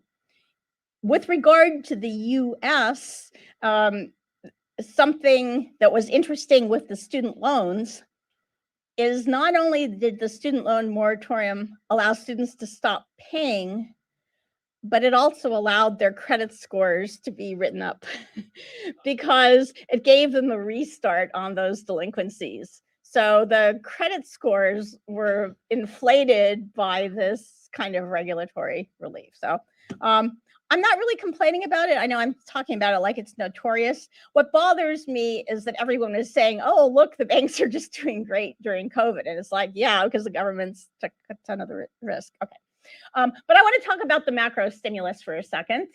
So I was really happy when we plotted this graph. So again, I'm looking across all the countries we looked at, and I'm looking at the sum of traditional fiscal spending plus the amount of money provided by the direct loans and the loan guarantees, plus the money provided by forbearance in the sense of additional money in people's pockets. And so there's a few things to take away from this. The first thing I took away from this is that the total percentage is very high. So it's around 20 to 25% of GDP in terms of the total amount of intervention. That's a big number. Second thing I want to say is that there is a much more equal response across countries than you would have thought by just looking at the fiscal policy, which is the blue bar. So in fact, people, the press kind of said, well, the US was so much more aggressive than the rest of the world in their response to COVID. But actually, if you add in these credit and forbearance policies, it's actually much more uniform, which helps explain why inflation, I'm jumping kind of forward, but to me, it helps explain why there was this universal inflation and not, it wasn't just what was going on in the US, it was what was going on everywhere. Okay. So it went from about 14.5% of GDP, if you just consider fiscal, to 22%. So it changes your view a bit. We also were curious whether taking into account credit policy helped you explain anything about the macroeconomy in the cross section. And granted, we have very few data points, but just to show you, if you look at these countries and you look at their real GDP growth rates versus the total of all these policies, you explain the differentials in real GDP growth rates, which is the top panel there, much more than if you just ask, how did real GDP growth respond to traditional fiscal policy? So it was interesting, that did seem to help explain those outcomes. I was really hoping it would explain something about inflation differentials. It doesn't. That just looks like noise all the time. That's possibly because many of these countries have a common central bank, the ECB. So we would have gone from practically no data points to really 2 or 3 data points. So we couldn't really talk about that. Okay, so in terms of thinking about what all this, so I want to say there was this huge government intervention. We know a lot of it was fiscal, but also a lot of it was caused by these credit policies. What we saw was a savings glut. That is the net acquisition of liquid assets in euros in the EU, not even counting the US. Just to give you an anecdote, in Britain, these loan guarantee programs were very popular, and they're very good, by the way, at reporting. They're pretty transparent about what happened. A lot of them are now in default, but beyond that, they reported that only 23% of the SMEs that had taken out the credit had spent all their facilities, and 19% had not spent anything, for quite a while after it had started. So I think there's now mixed data on how much of the savings glut is still left. But at least for a long time, I believed that as the savings glut worked its way down, inflation would, to a large extent, take care of itself because people would have just less excess money in their pockets. So I'm going to fast forward through this, which is 2 more minutes. Yeah. I'm back to U.S. monetary history, which was well covered by my colleagues before. This is just to say, we know that the Fed's funds rate used to be the primary tool. It ceased to be the primary tool in 2008. We hit the zero lower bound. Congress wanted to give the Fed more tools, so they authorized them to pay interest on bank reserves. That's really all I want to get to here is rates went to zero. The Fed could pay interest on bank reserves. But to me, this was a revolution in monetary policy, which I think not everyone is going to agree with. But to me, it was a revolution. It enabled quantitative easing to be normalized as a policy, but it also accommodated the massive purchase of U.S. Treasury debt by the Fed during COVID. So in this particular SOMC meeting, no one has shown this graph, but people often do. This is just the Fed's balance sheet, and we thought that it went up unbelievably much in 2008, but in retrospect, that looks like child's play. The amount that the balance sheet expanded during COVID is, bigger, and it has come down a little, and the Fed points to it coming down a little, but it's in historically uncharted territory. Is it monetizing the debt? I don't know. But what I do know is that it did accommodate all that fiscal spending and credit policy that happened during COVID. To go back to MV equals PY, I think there was a helicopter drop, but it was a fiscal and credit helicopter drop. It wasn't a monetary helicopter drop. But in terms of an MV equals PY view of the world, it doesn't matter where the money comes from. It just matters that you have the money. I think the good news is that perhaps as this works its way through, as long as we don't keep on dropping money onto the economy, things could kind of calm down. So I think in conclusion, what I've already said, the combined effects of very aggressive fiscal and credit policies, which were accommodated by monetary policy and regulatory forbearance, have a good side, which was the COVID recovery was rapid, particularly in advanced economies. It certainly contributed to inflation. I'm not sure we'll ever agree on how much or be able to tell. Hopefully it will still be mean that inflation can be transitory without quite as aggressive monetary policy. I think these policies are very distorting to credit markets and our perception of what's going on in the credit markets. And hopefully economists will start to pay more attention to credit policies as they've become more important. So thank you all very much for your attention.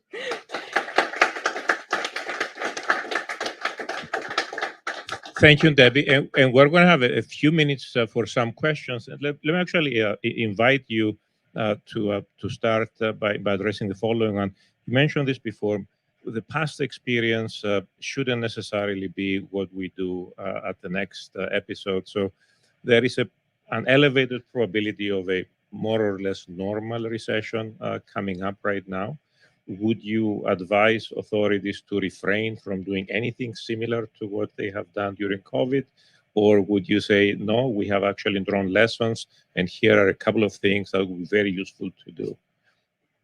I think that credit policies are only justified when credit markets are clearly dysfunctional.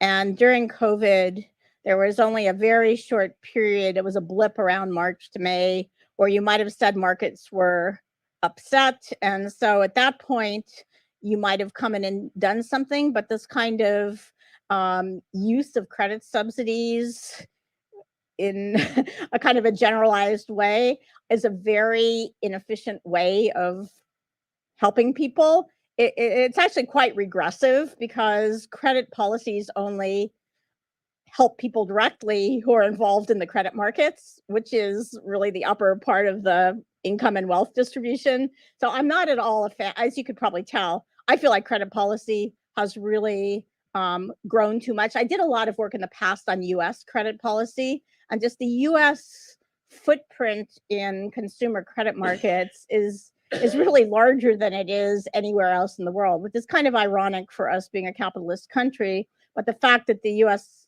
basically runs our mortgage market, we have the student loan market, there's over 150, I think, credit programs run by the federal government in the United States. So I'm not endorsing an expansion of that. I mean, I think it actually needs to be rationalized. I think part of the reason we have these creeping policies is because of the bad government accounting for them. That they're very easy to hide. I didn't say it when I was showing you the European cases. Let me just add this because I think it's so interesting. So you can use credit as a substitute for other fiscal policies, is what I'm arguing.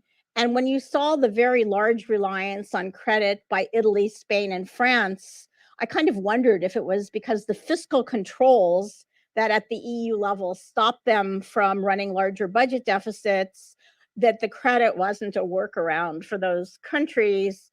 And, I'm certainly not endorsing workarounds to budget rules. You have to either decide what you're willing to spend and then work with it. Thank you. We have a couple of questions in the front, and then is there another microphone to take in the back? So I'll take a question here, and then in the back, we have 2 questions. Is there another microphone we can use? No, please go.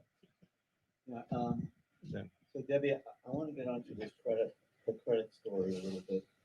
So I just finished reading Hessel's book. Okay, it's like 8,000 pages. I'm not recommending you pour through it, but one of the main points he makes is you can explain everything that happened since 1920 by monetary policy, and the credit doesn't matter at all. It's really in there. And he's taking on Bernanke on the Great Depression, the credit approach. He's taking on Bernanke and Gertler on the credit channel. He's taking on the GFC and the credit policies that the Fed did, and the recent one. So the question is that a bit too extreme? I mean, I think that if you look at Bernanke's story from 1983, it's like, when banks fail, you lose the relationship capital. Okay, banks are gone, and this is a cost. That's a story. I mean, Bernanke says that he believes in a monetary approach to the Great Depression, but it came through a different mechanism, Friedman Schwartz. And everything followed from that, right? Bernanke and Gertler, the credit channel. So the question is this, how relevant is it? Okay, is it something we should totally downplay, or should we really give them some credit? It's a double entendre. One more question. You'll be answering the 12 now. So one more question here, and then in the back. Thanks for such a great presentation. So I want to ask a more specific Thanks for the great presentation, and I want to ask a more specific version of Athanasius's question. Part of the intervention were these mortgage holidays that you described, and my colleague Tomek Piskorski and some others have looked at the failures in mortgage renegotiations, failures that were even like just, irrational, that were a reflection of institutional and legal constraints that were preventing clearly value creating kinds of mutually beneficial renegotiations to happen. So I wonder from that perspective whether what's your thought about what to do next time from the perspective of that experience, given that Tomek and his co-authors at least seem to find that there should have been some value coming from those holidays, given the institutional failures in the renegotiation. Am I supposed to answer these two? Okay. Okay, so first to Michael's question, it seems like I have a long reading assignment, so I won't really comment. I think I started out by saying I was an agnostic about the interest rate channel of monetary policy. So I don't, I'm going to say maybe that's right. Maybe it doesn't matter that much, but I do think these credit policies, as I said, not so much as a channel of monetary policy, but as a way of providing resources to households and firms. I think they're huge. And the reason I think it's not an interest rate channel is what I tried to say, is the elasticity of borrowing with respect to interest rates, how much more you borrow for a small change in interest rates. I just think that's not very big. I think when businesses are making a decision about whether or not to invest, it's not a 25 or 50 basis point decision. It's a bigger decision. But I think these credit policies primarily affect access to credit markets. And I think that that does have huge effects, particularly in times when that credit market access is particularly constrained. So that's probably orthogonal to what you were asking, but that's all I know. And then to Charlie's point, my broad thought when you said that was, we have in general this giant regulatory apparatus where we don't think about the unintended side effects. So to the extent that there's an unintended side effect that banks can't renegotiate with their customers without being forced to pay a large capital charge or something like that, where you would like to see that happen, we should deal directly by making those regulations more rational. And I don't know if it's possible, but that's what I would like to see. I think there's always been a question in the housing literature about how much really room there is for renegotiation, and all this came up a lot during the GFC, where there was, the question of, well, are you better off with forbearance, or are you just pushing larger defaults into the future? And I think that people have mixed views on that. So I'm all in favor of rationalizing the regulations. I'm not sure really how much missed renegotiation there really is. Thanks, Debbie. And we have two questions in the back, and you already have the microphone there. You're next to each other. You led right into my question too, and that is with the forbearance of the SBA loans, and now they're all coming due, and people have to start paying them back, like the EIDL loans. Do you think that that could exacerbate a recession if people start to go into delinquency with those? Yeah. So. And if you can pass the microphone, was it right behind you or next to you? Next to you. First of all, great presentation, Debbie. You found a positive correlation with growth in a cyclical basis with these programs, these credit policies. It was slightly tilted up, yes. But what about in the long term? We've had declining growth for 50 years. You can trace it directly to declining net investment. And you're allocating scarce capital, not you, but these policies are allocating scarce capital to less productive uses. Have you looked at a long-term impact of these credit policies on growth? Okay. And Debbie, it's 1:27. Would you like to take a couple more questions? Or just I'll forget them, so I'll try to be really brief. So on the question of the forbearance, I think it is going to be interesting. I actually didn't look at the 7A program, if that's the one you were talking about, or the SBA 7A program maybe. And I haven't looked at the details of forbearance there. I do think there probably will be some defaults. The thing about these defaults on government guaranteed loans is I don't think they don't have short-term broader systemic consequences because the government is eating the risk. So, as long as the government, this gets back to the issue of how long can we sustain these really expensive fiscal policies, but as long as we can, the banks aren't going to lose money on these. I mean, I know that the SBA loans have an element which is shared risk, but nevertheless, the government is absorbing a lot of the risk. So I'm just making a guess. And those programs aren't that big in the grand scheme of bank lending. So I don't think that they're going to trigger a crisis. I'm just going to say that. I could be completely wrong, but it seems very doubtful to me that, and in fact, in some ways, the world is going to under-recognize those defaults because the government is the one that's taking the losses and not the private sector. But, and then to Doug's question, there's not a long history. There's not a long history of this. You saw the first big wave of rollout of credit programs in response to a downturn, I think really was the GFC. And then it was all done on steroids during this time around, which is why I'm concerned about, well, is this going to be the new normal that every time there's a problem, we roll out these ever more expansive government credit policies? But they were in response to particular events, and there's not a long history to look back at. So I can't attribute credit policies to some more global long-term misallocation of capital. Thank you, Debbie. And do you have time for one more question? There was one more question in the back. There's no, a there was pair. There's a question- pair right yeah, there. the- Okay. on the side there, as and then we will wrap it up because we are now We at need to at go. 1:30. Debbie, so in the very beginning, you put up MV equals PY, and you said you never quite got past that Yeah. equation. And you said the connection between interest rates and the variables and MV equals PY has never been entirely clear to you. So I'm curious, what form of monetary policy, rules-based or discretionary, do you think the Fed ought to be following? And is it following it today? And if not, like, why is that the case?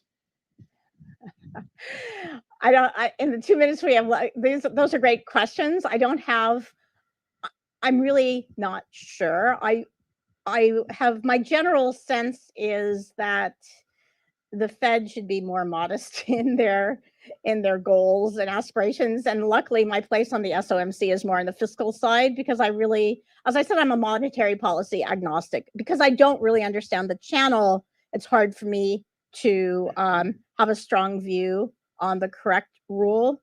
It does kind of bother me when people say things like, well, we're on the wrong side of the Taylor rule because the real interest rate is really very negative. Well, it is at the overnight maturity, but it's not further out on the yield curve. So, I mean, I can't even think about the way people talk about monetary policy. To me, is just a mystery. So I'm happy to think, I'm continuing to think about it. I think you have a last question. Thank you. It's great presentation. My question is really is more like extension of the credit policy. I'm wondering if the industry policy can be considered a form of kind of credit policy. Obviously, fiscally sponsored, fiscally supported, and of course, it's expand credit. And more importantly, if it's properly implemented, they actually have self-generous interest paying capabilities, which I'm just wondering your views. Yeah, on no, that. I mean, I think broadly speaking, of course, any policy, any government policy that influences interest rates, it has an element of credit policy. I'm letting the stuff that's traditional monetary policy, I still want to call that traditional monetary policy. So in terms of just moving a policy rate, I'm happier to call that monetary policy than credit policy because I want to make a bit of a distinction, but it is a type of credit policy. I agree. I want to let everyone go home. So thank you, Debbie, and thanks everybody. Join me in thanking Debbie. And this is the end of our session. And the right monetary policy is systematic monetary policy, but we will return to this in future sessions. And when Andy comes back, he can actually explain how one can use modeling to do robust policy rules. So we will discuss this in the future. So thank you all for coming. Let me also thank the Manhattan Institute for hosting this. It's the first time we have our meeting at the premises, and we're going to see you at our next meeting. Thank you.